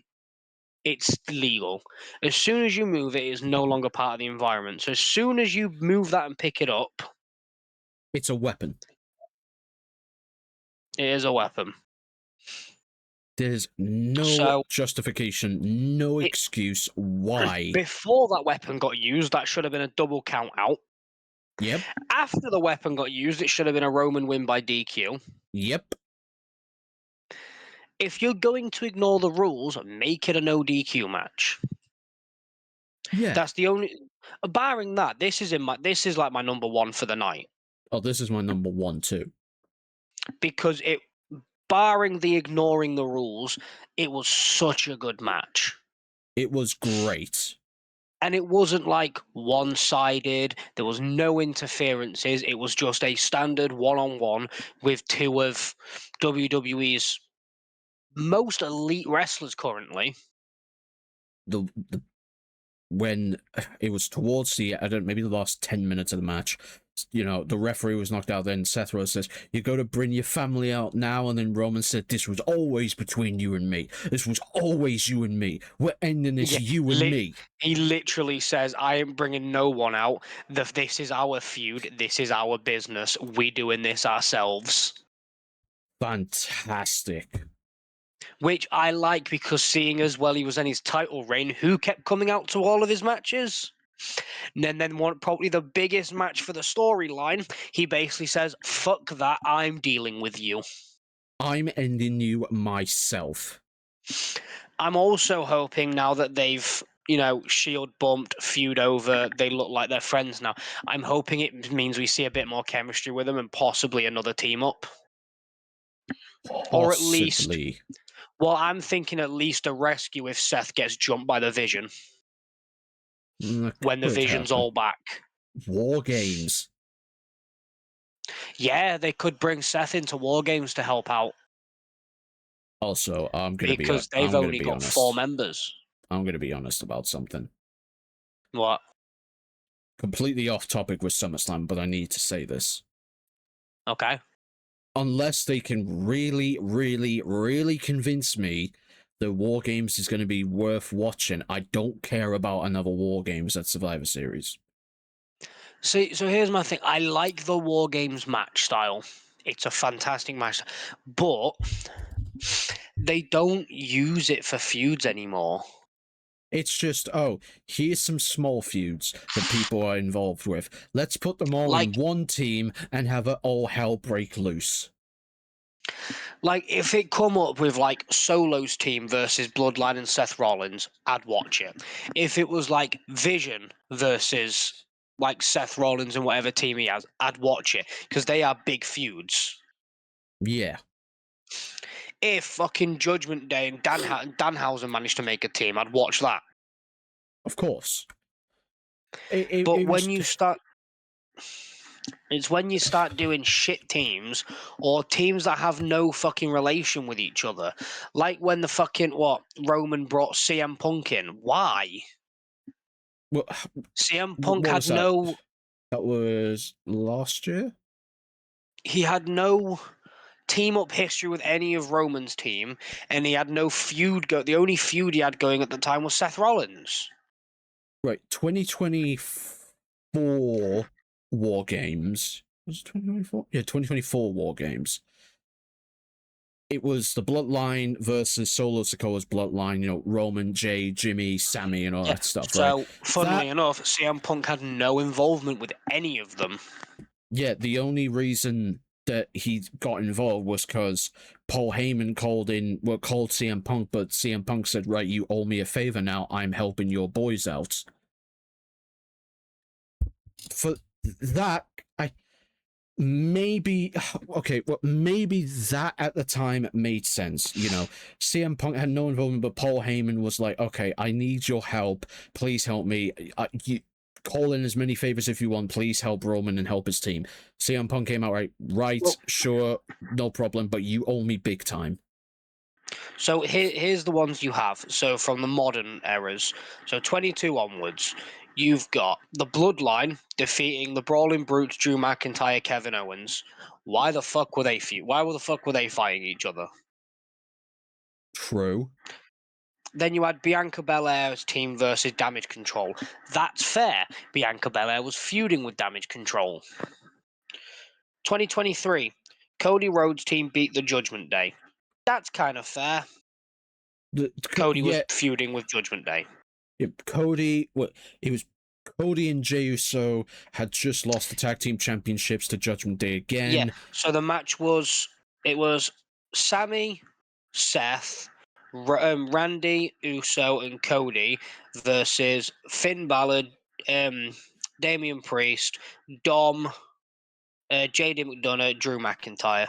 The only really odd one out there was Drew McIntyre, but he was feuding with Seth Rollins, so I can understand he that. had just turned heel and attacked. At that time, he had just turned heel when he attacked Jey Uso during one of the matches. Yeah, so having Randy and Cody, they have a history.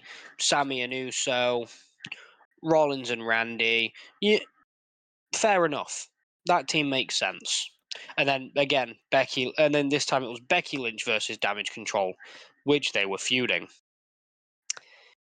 Then you've got this one, which was 2024. Original Bloodline plus CM Punk faced the new Bloodline with Bronson Reed. CM Punk had no involvement with anyone there. True. He was only At there all. because Paul Heyman asked him asked his help. That is it. Even the last one didn't really have much with each other. You had the Vision, Logan Paul, Drew McIntyre, and Brock Lesnar against CM Punk, Cody Rhodes, the Usos, and Roman Reigns. Why? The only people in there that had the proper feud is Roman and Seth. Drew and Cody and Drew and Punk, fair enough. Why the fuck is Brock Lesnar in there? He was feuding with no one at the time. Logan Paul doesn't have a feud in there at all. They just throw random people there. You need... Like, if Roman was to bring Seth Rollins in, if they were going against like the Vision, that's understandable. Seth Rollins has history with the Vision and history with Roman. And history with the bloodline? No, maybe just Roman. Technically history with the bloodline, yes. Okay. He came out to help Cody Rhodes against him, remember? Yeah, I forgot about that. He helped Cody Rhodes against Roman. Yeah, I remember So, that yeah, now. history with the bloodline, yeah. So it would make sense. Yeah. It depends. Have they actually announced? What, War Games this year? Yeah. Yeah, it's gonna be in Houston, Texas, but they haven't announced anything else apart from that. It's just gonna be in Houston, Texas. I know it was going to be in Texas. But they haven't announced anything. Of course they haven't. They're probably gonna wait until like October or November time to announce some of the matches and the feuds that are gonna mean absolutely nothing but whatever. Yeah, you've just got the at the minute it's just down as you've got the women's war game and the men's war game. Yeah, so we'll wait and see. Also, they've announced where the Royal Rumble is going to be next year, right? I need to say this because it was yesterday. It was yesterday. Dana White announced where the Royal Rumble is going to be. It's going to be in Arizona, Glensdale, Arizona, right? I have a problem now. Tell me. What? Tell me, brother. When does the Royal Rumble take place? January. And when has it always took place? January. So why is it going to be in February next year? I know they were on about moving it around. No. It stays in January. We don't have anything for September either at the minute. Money in the Bank? Was that October? Nope. That's October.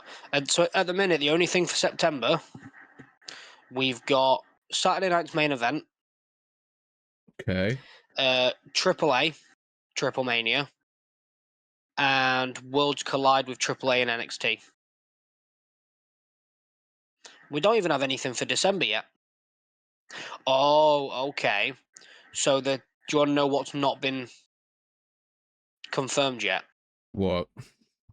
So the ones that haven't been confirmed, we've got Battleground, NXT. Yeah. WrestlePalooza. That's shit again. NXT No Mercy. Crown Jewel. Crown Jewel could be September. NXT's Halloween Havoc. And NXT Deadline, which will probably be December. But yeah, fucking by looks of it, Royal Rumble's in 2027 in February. Yeah, WrestleMania 43 is unfortunately in Saudi. Yeah. Not looking forward to that. Well, at least it means we can watch it during the day, though. You watch, that'll be the one time I'm back on fucking days if I'm at work. Watch it, but predicting it right now. What, that I'm going to be fucking working when it's on? Yes. You're a cunt. Yes, I am. I don't. No, Survivor Series has mainly been in November. Yeah, it's always been in November, as far as I'm aware. October's was... What was October? Before they got rid of it, it was always Hell in a Cell. Yeah. Because the last Hell in a Cell pay-per-view was 2022, because that's when Cody had his shoulder injury. No, 2023 or 2022? Because Cody came back in 2022. That is, yeah, I think it was October. Yeah, October 2022 was the last Hell in a Cell pay-per-view.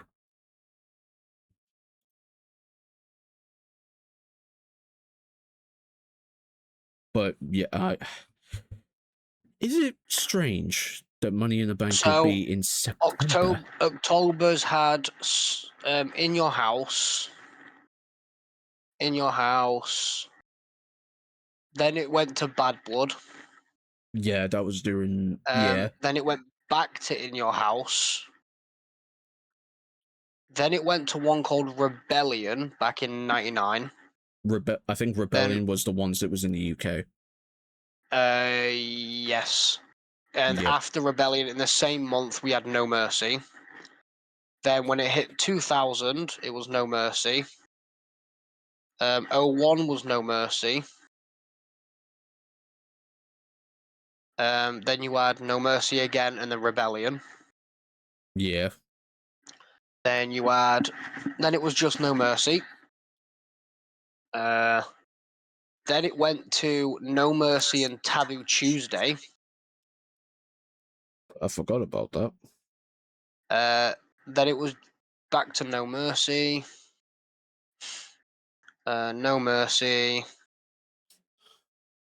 No Mercy and Cyber Sunday. No Mercy Jesus. Cyber Sunday. Then it became Bragging Rights. 2009 to 10? That was 2009. Then it was Hell in a Cell and Bragging Rights. Then it was Hell in a Cell and Vengeance. Then it was just Hell in a Cell. Then it was Battleground and Hell in a Cell.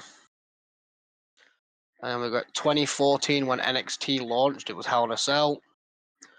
2015. 2015 we had 3.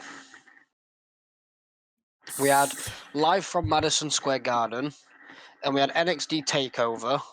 Then we had Hell in a Cell. Then we had No Mercy Hell in a Cell. 2016, yep, that was the one where they had 3 Hell in a Cell matches in the one pay-per-view. Yep. Then we had Hell in a Cell and TLC.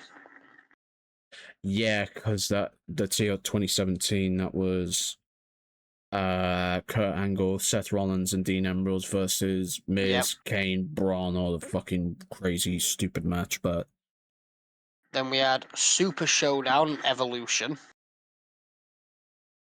in 2018. Yeah. 2019, it was Hell in a Cell and Crown Jewel. We don't talk about 2019 Hell in a Cell, do we, my brother? Nope. We don't talk about that. Takeover and Hell in a Cell in 2020. 2021 was Crown Jewel. 2022 was Extreme Rules and Halloween Havoc. 2023 was Fastlane. 2024 was Bad Blood Halloween Havoc. 2025 was Crown Jewel Halloween Havoc.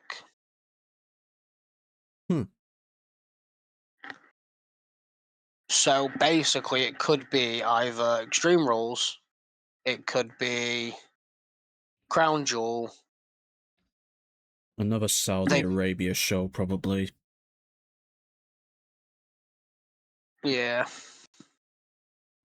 We went completely off topic, didn't we? Yes. Doesn't matter. But yeah, Survivor Series, November. I'll wait to see what matches are going to be announced. It might be good, it might not be good. I don't know. Last year's was disappointing. Apart from Braun Breaker terrifying me when he landed on his fucking neck. That's not even the worst Braun Breaker thing I've seen. No, it's not the worst thing I've seen from Braun Breaker. Like, Jesus Christ. That fucking spearway went to hit Ludwig Kaiser with and smashed in the corner of the announce desk. Yes, I forgot about full that. pelt. Yes, that's painful. He ran that shit at full speed and went straight in the corner of the announce desk. It was brutal. It was brutal. Very, very painful too. And the But fact he got up and walked away from that fine. yeah, Braun Breaker's built He's differently. No shit. Well, shit, Sherlock. Look at what he did to Ice Show Speed, where he launched him from the ring behind the announce desk. And that That's a Carlito full-grown spear. human. Yeah. And the fucking Seth Rollins. Yep. And Which was right next to the barricade, and he had to hit that perfectly. Yep. Painful as anything. Just how fast he fucking runs when he's hitting a spear. He's not human. If he is human, he's fucking. He's super inhuman. fucking human. He's super soldier serum human. Anyway, about the match. Yeah. Best match of the night. Of both nights. Yeah. 100%. I'm interested to see what Seth Rollins does, though, now, after this match. Probably piss someone off again. Probably. Maybe turn heel again. For the I don't think he'll turn thing. heel again. No. Not yet. Not yet. Not yet. Not after they've just finished that feud. Yeah. It's very interesting. I mean, we know what Roman Reigns is now focusing on, and I don't think you watch Monday Night Raw, but... Or did you? No, I didn't. Well, LA Knight's going after him. I mean, that's not a surprise given that they just beat his tag team that he sent out. Yeah. However, LA Knight, Roman, I don't think that's going to work out well for Knight. Yeah, Knight's not winning. Unless he has fucking Royce Keane and Solo by his side, then maybe. But if that happens, you just know Fatu and the Usos are coming out and going, remember us? Hello, remember us, psychopaths? Oh, and Jacob Fatu. Psychopath. More than a psychopath, crazy lunatic, fucking menace to society, will kill you for your change money. I mean, look what he did to Braun Strowman just for the fun of it. The fucking repeated moonsaults. Repeated moonsaults, fucking head into the turnbuckle, made him bleed.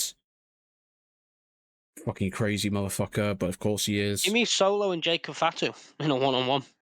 Yeah, because that'll work well. Oh, wait, no, it would work. It kind of would work well, because Solo's beating Jacob every time.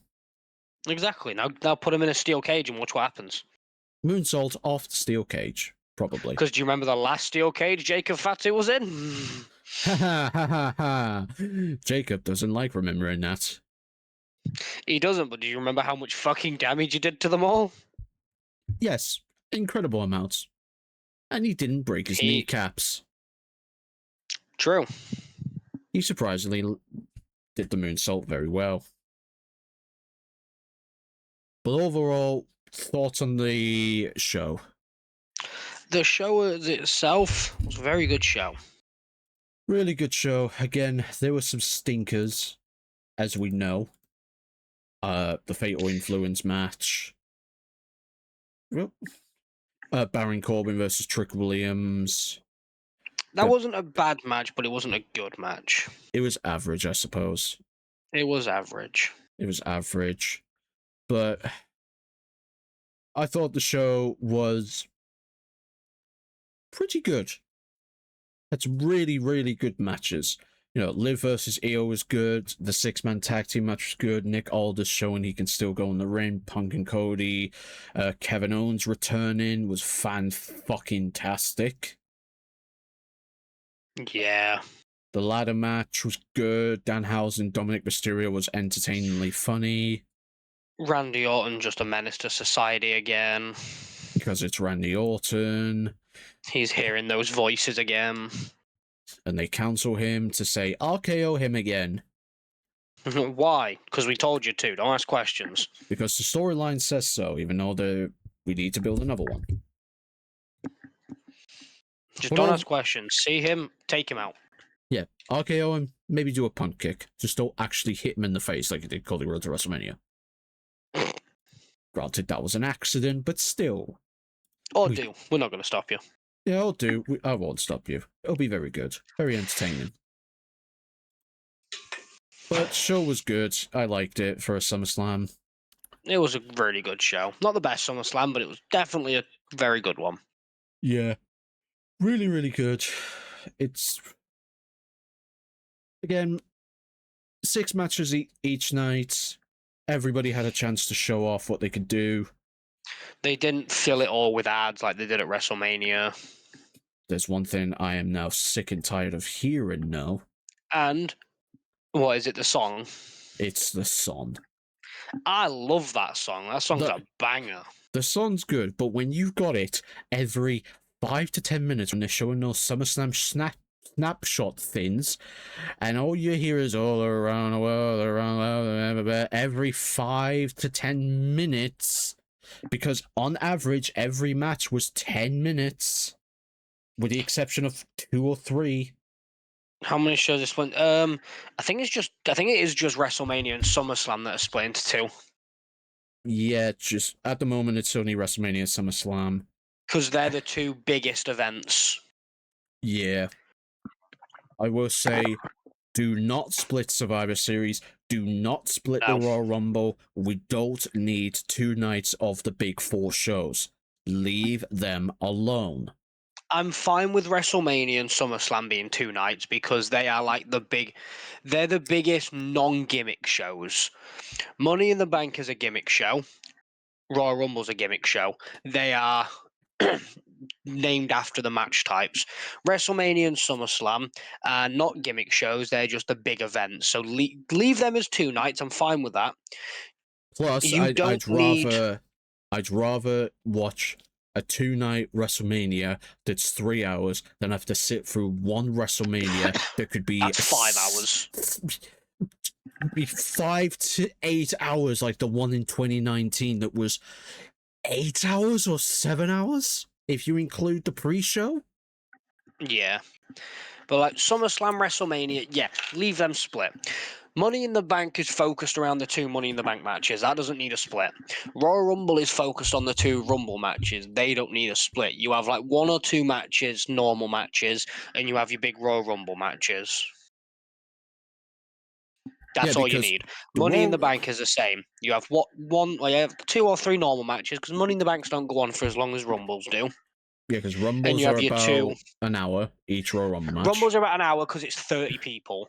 Money in the Bank is 6 men. First one is basically just a glorified ladder match. So you don't need that to be a fucking, like, an hour and a half long like you do Rumbles. Each ladder match in a Money in the Bank averages 20 to 30 minutes. Yeah, whereas a Rumble is like over an hour every time. Unless it's like the Andre the Giant one where everyone's already in the ring, it's about an hour and a half. Yeah. So you have your 2 Rumble matches, the male and the female. You have 1 or 2 normal matches, 4 hours, done. Same as Money in the Bank. You have a couple of normal matches. You have your 2 Money in the Bank matches, 3 to 4 hours, done. Leave SummerSlam and Mania 2 nights because they are your bigger non-gimmick events where you want all your titles being fucking defended and all your feuds being done. And you're sorted. Yeah. Also, I just had to Google because I needed to fucking get my facts right. The longest WrestleMania ever, I was correct. WrestleMania 35. 7.5 hours long. The main show was over 5 hours long, and the pre-show was about 2 hours long. And that, if I remember correct, it wasn't even a good WrestleMania. WrestleMania 35. Was it 35? 35 had Kofi Mania, Seth Rollins beating Brock Lesnar, Kofi Mania. We had Dave Batista versus Triple H in Batista's last match.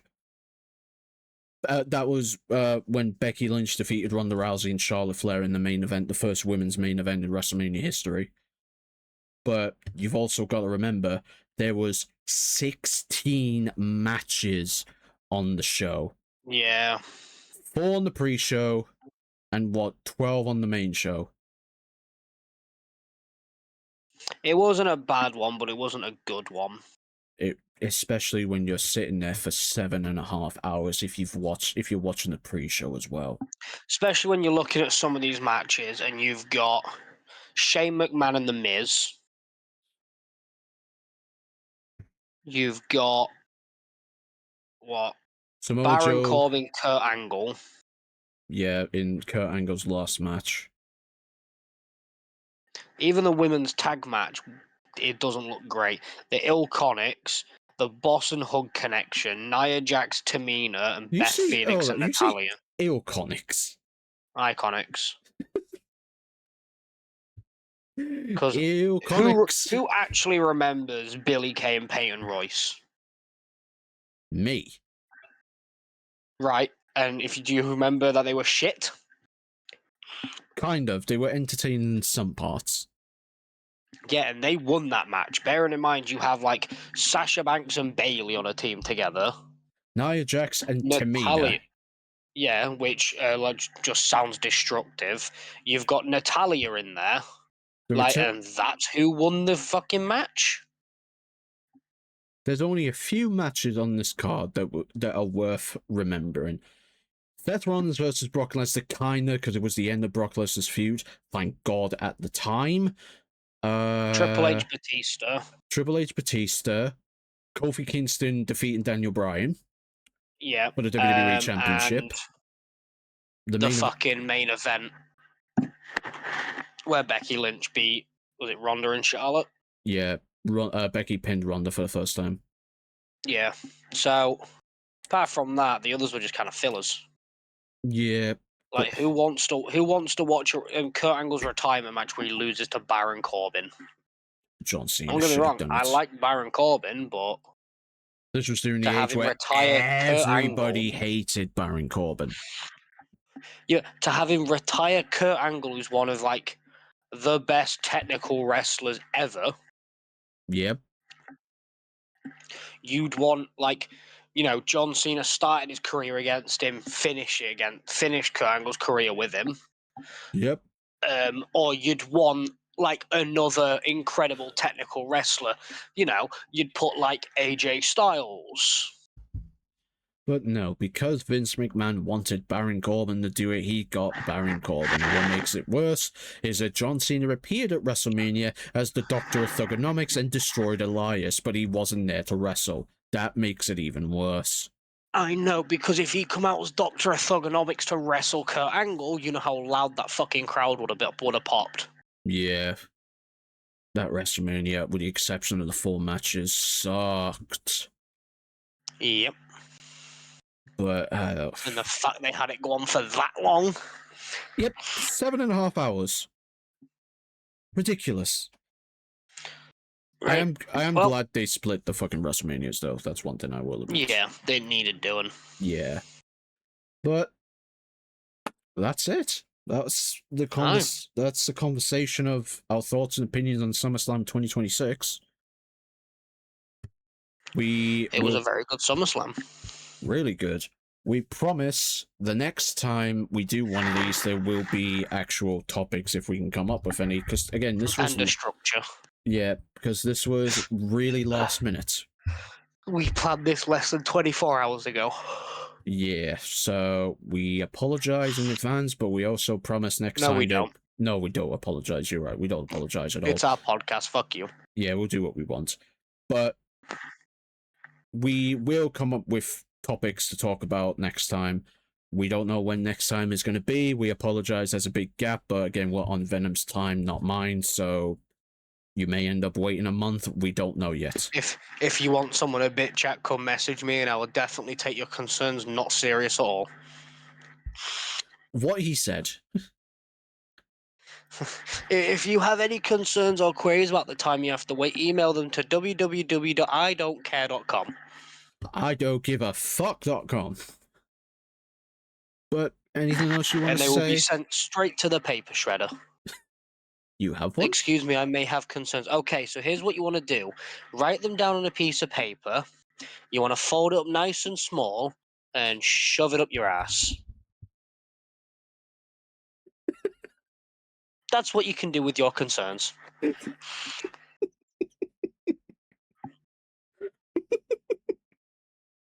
Wow. Roll it up nice and small into a little tube and proceed to shove it up your ass. That was uncalled for. Yeah, and you're the one getting told off for it. I'm getting told off.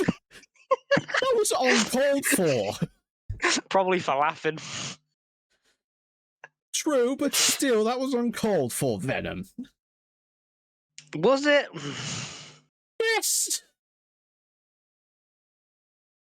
Me to I Ali, don't at think least. it was. I don't think it was. You're in trouble. I'm not in trouble for saying it. You're in trouble for laughing. Okay, I see how it is. I'm actually defending you by saying, Venom, why would you do that? Because that's where your complaint can go. What, up my arse? Yep. Wow. I see. Rude. Like I said, he's in trouble for not protecting me. Oh, you think Abyss can protect you when I'm going off on people? Abyss will sit there quietly. He knows what's best for him. Do I? You want to pipe up and see what happens? No, because I know you. So you know what's best for you, don't you? To shut up? There you go. Anyway, any last thoughts? Ali, you may have him wrapped around your finger, but he knows when to be quiet around me. Cool. Any last thoughts? Good luck getting out the doghouse. It's where I belong. I meant on the show. Oh, solid 8.5 out of 10. Okay. And what was your least favorite match? Let's see. The women's tag match. Valid response. Like the only, to me, like the only bad match of the event. True. Like Baron Corbin's match wasn't good, wasn't bad. Just a standard filler match. The men's tag match was good. Gunther and Nick Aldis was good. The fucking Fatal 4-Way was amazing. Both main events were fucking brilliant. Yeah, it was a very solid event. Obviously, there's some better. I mean, some of the matches could have gone a bit longer. Slight switches and changes to some matches, but apart from that, solid 8.5 out of 10. I'll give it an 8 out of 10. So we'll meet in the middle and go 8.5. Cool. Okay, yeah, cool. Anyway, that's the end of episode 10 of the Not Fit for Broadcast We made podcast. double digits. Yay, we made double digits It's somehow. Abyss's favorite age. Fuck you, mini lad. Pablo. Oh, fuck off. Not the Pablo shit. Pablo. Anyway, we appreciate everyone watching this podcast. Again, we apologize for the only one. Again, no, we don't. No, we don't, but we will try to come up with topics for next time. We don't know when next time is going to be, but for the last 10 episodes, we really do appreciate the support for the 10 episodes because they've been crazy, even though, again, this whole thing was just us idiots deciding to do a podcast, and I'm all for it. So don't worry, next episode, I can guarantee I could probably make Abyss crash out. I can make you crash out with the paper bags and fucking plastic bags. Oh, fuck off. Don't get me ranting again, brother. No, we haven't got time. We're going to wrap it Exactly. up now. So, welcome in, Spider Bros. Sorry, we are wrapping it up, actually, but I appreciate you stopping by. Again, we don't know when the next one's going to be, but when we figure out, I will put a pin in my Discord so that you all know when it's going to be. And I will abuse Abyss until we start. Yeah, that is correct. Might just end up we could just make a new Discord just for the podcast at some point. When we can be asked. What, like a separate server? Yeah. Purely for the podcast. You know, I might have to make a note of that. Because you think all our podcast stuff is just going to get lost in our actual server. Yeah, Even if we true. make channels for it, it's going to get lost with like all the fucking going live notifications and everything. So we could legit just make a brand new server. Me and you be like fucking co-owners of it, and just do a server purely for the podcast. Right, well, I've got a note down saying make it at some point because I can do it on my end. Yeah, because most of the things are getting put in your server. Yeah, and we don't want it to get lost. Yeah, I'm putting it in my server, but my server's fucking dead at the minute. So if we can make our own, promote it on streams, and like get people in it, and then there's the server there purely for the podcast. Yeah, I will get that done at some point down the line. Because it will probably be better that way. But we appreciate you all tuning in for today's episode of WWE SummerSlam 2026 Thoughts and Opinions. This will be uploaded on YouTube either tonight or tomorrow, as well as on Spotify. Make sure to check. Because look, Mom, we made it. We made it. Make sure to check the link over there to get access to the Spotify and the YouTube and TikTok, basically everything. And I haven't checked how our Spotify's doing in a while. How is it doing? I haven't checked in a while. I checked like a week after I posted it. Okay, so our consumption time in the last 30 days is 5 hours and 20 minutes and 2 minutes. It's gone up by 6,200%. Jesus Christ. That's a lot for us anyway. So we've got, let's have a look. Overview.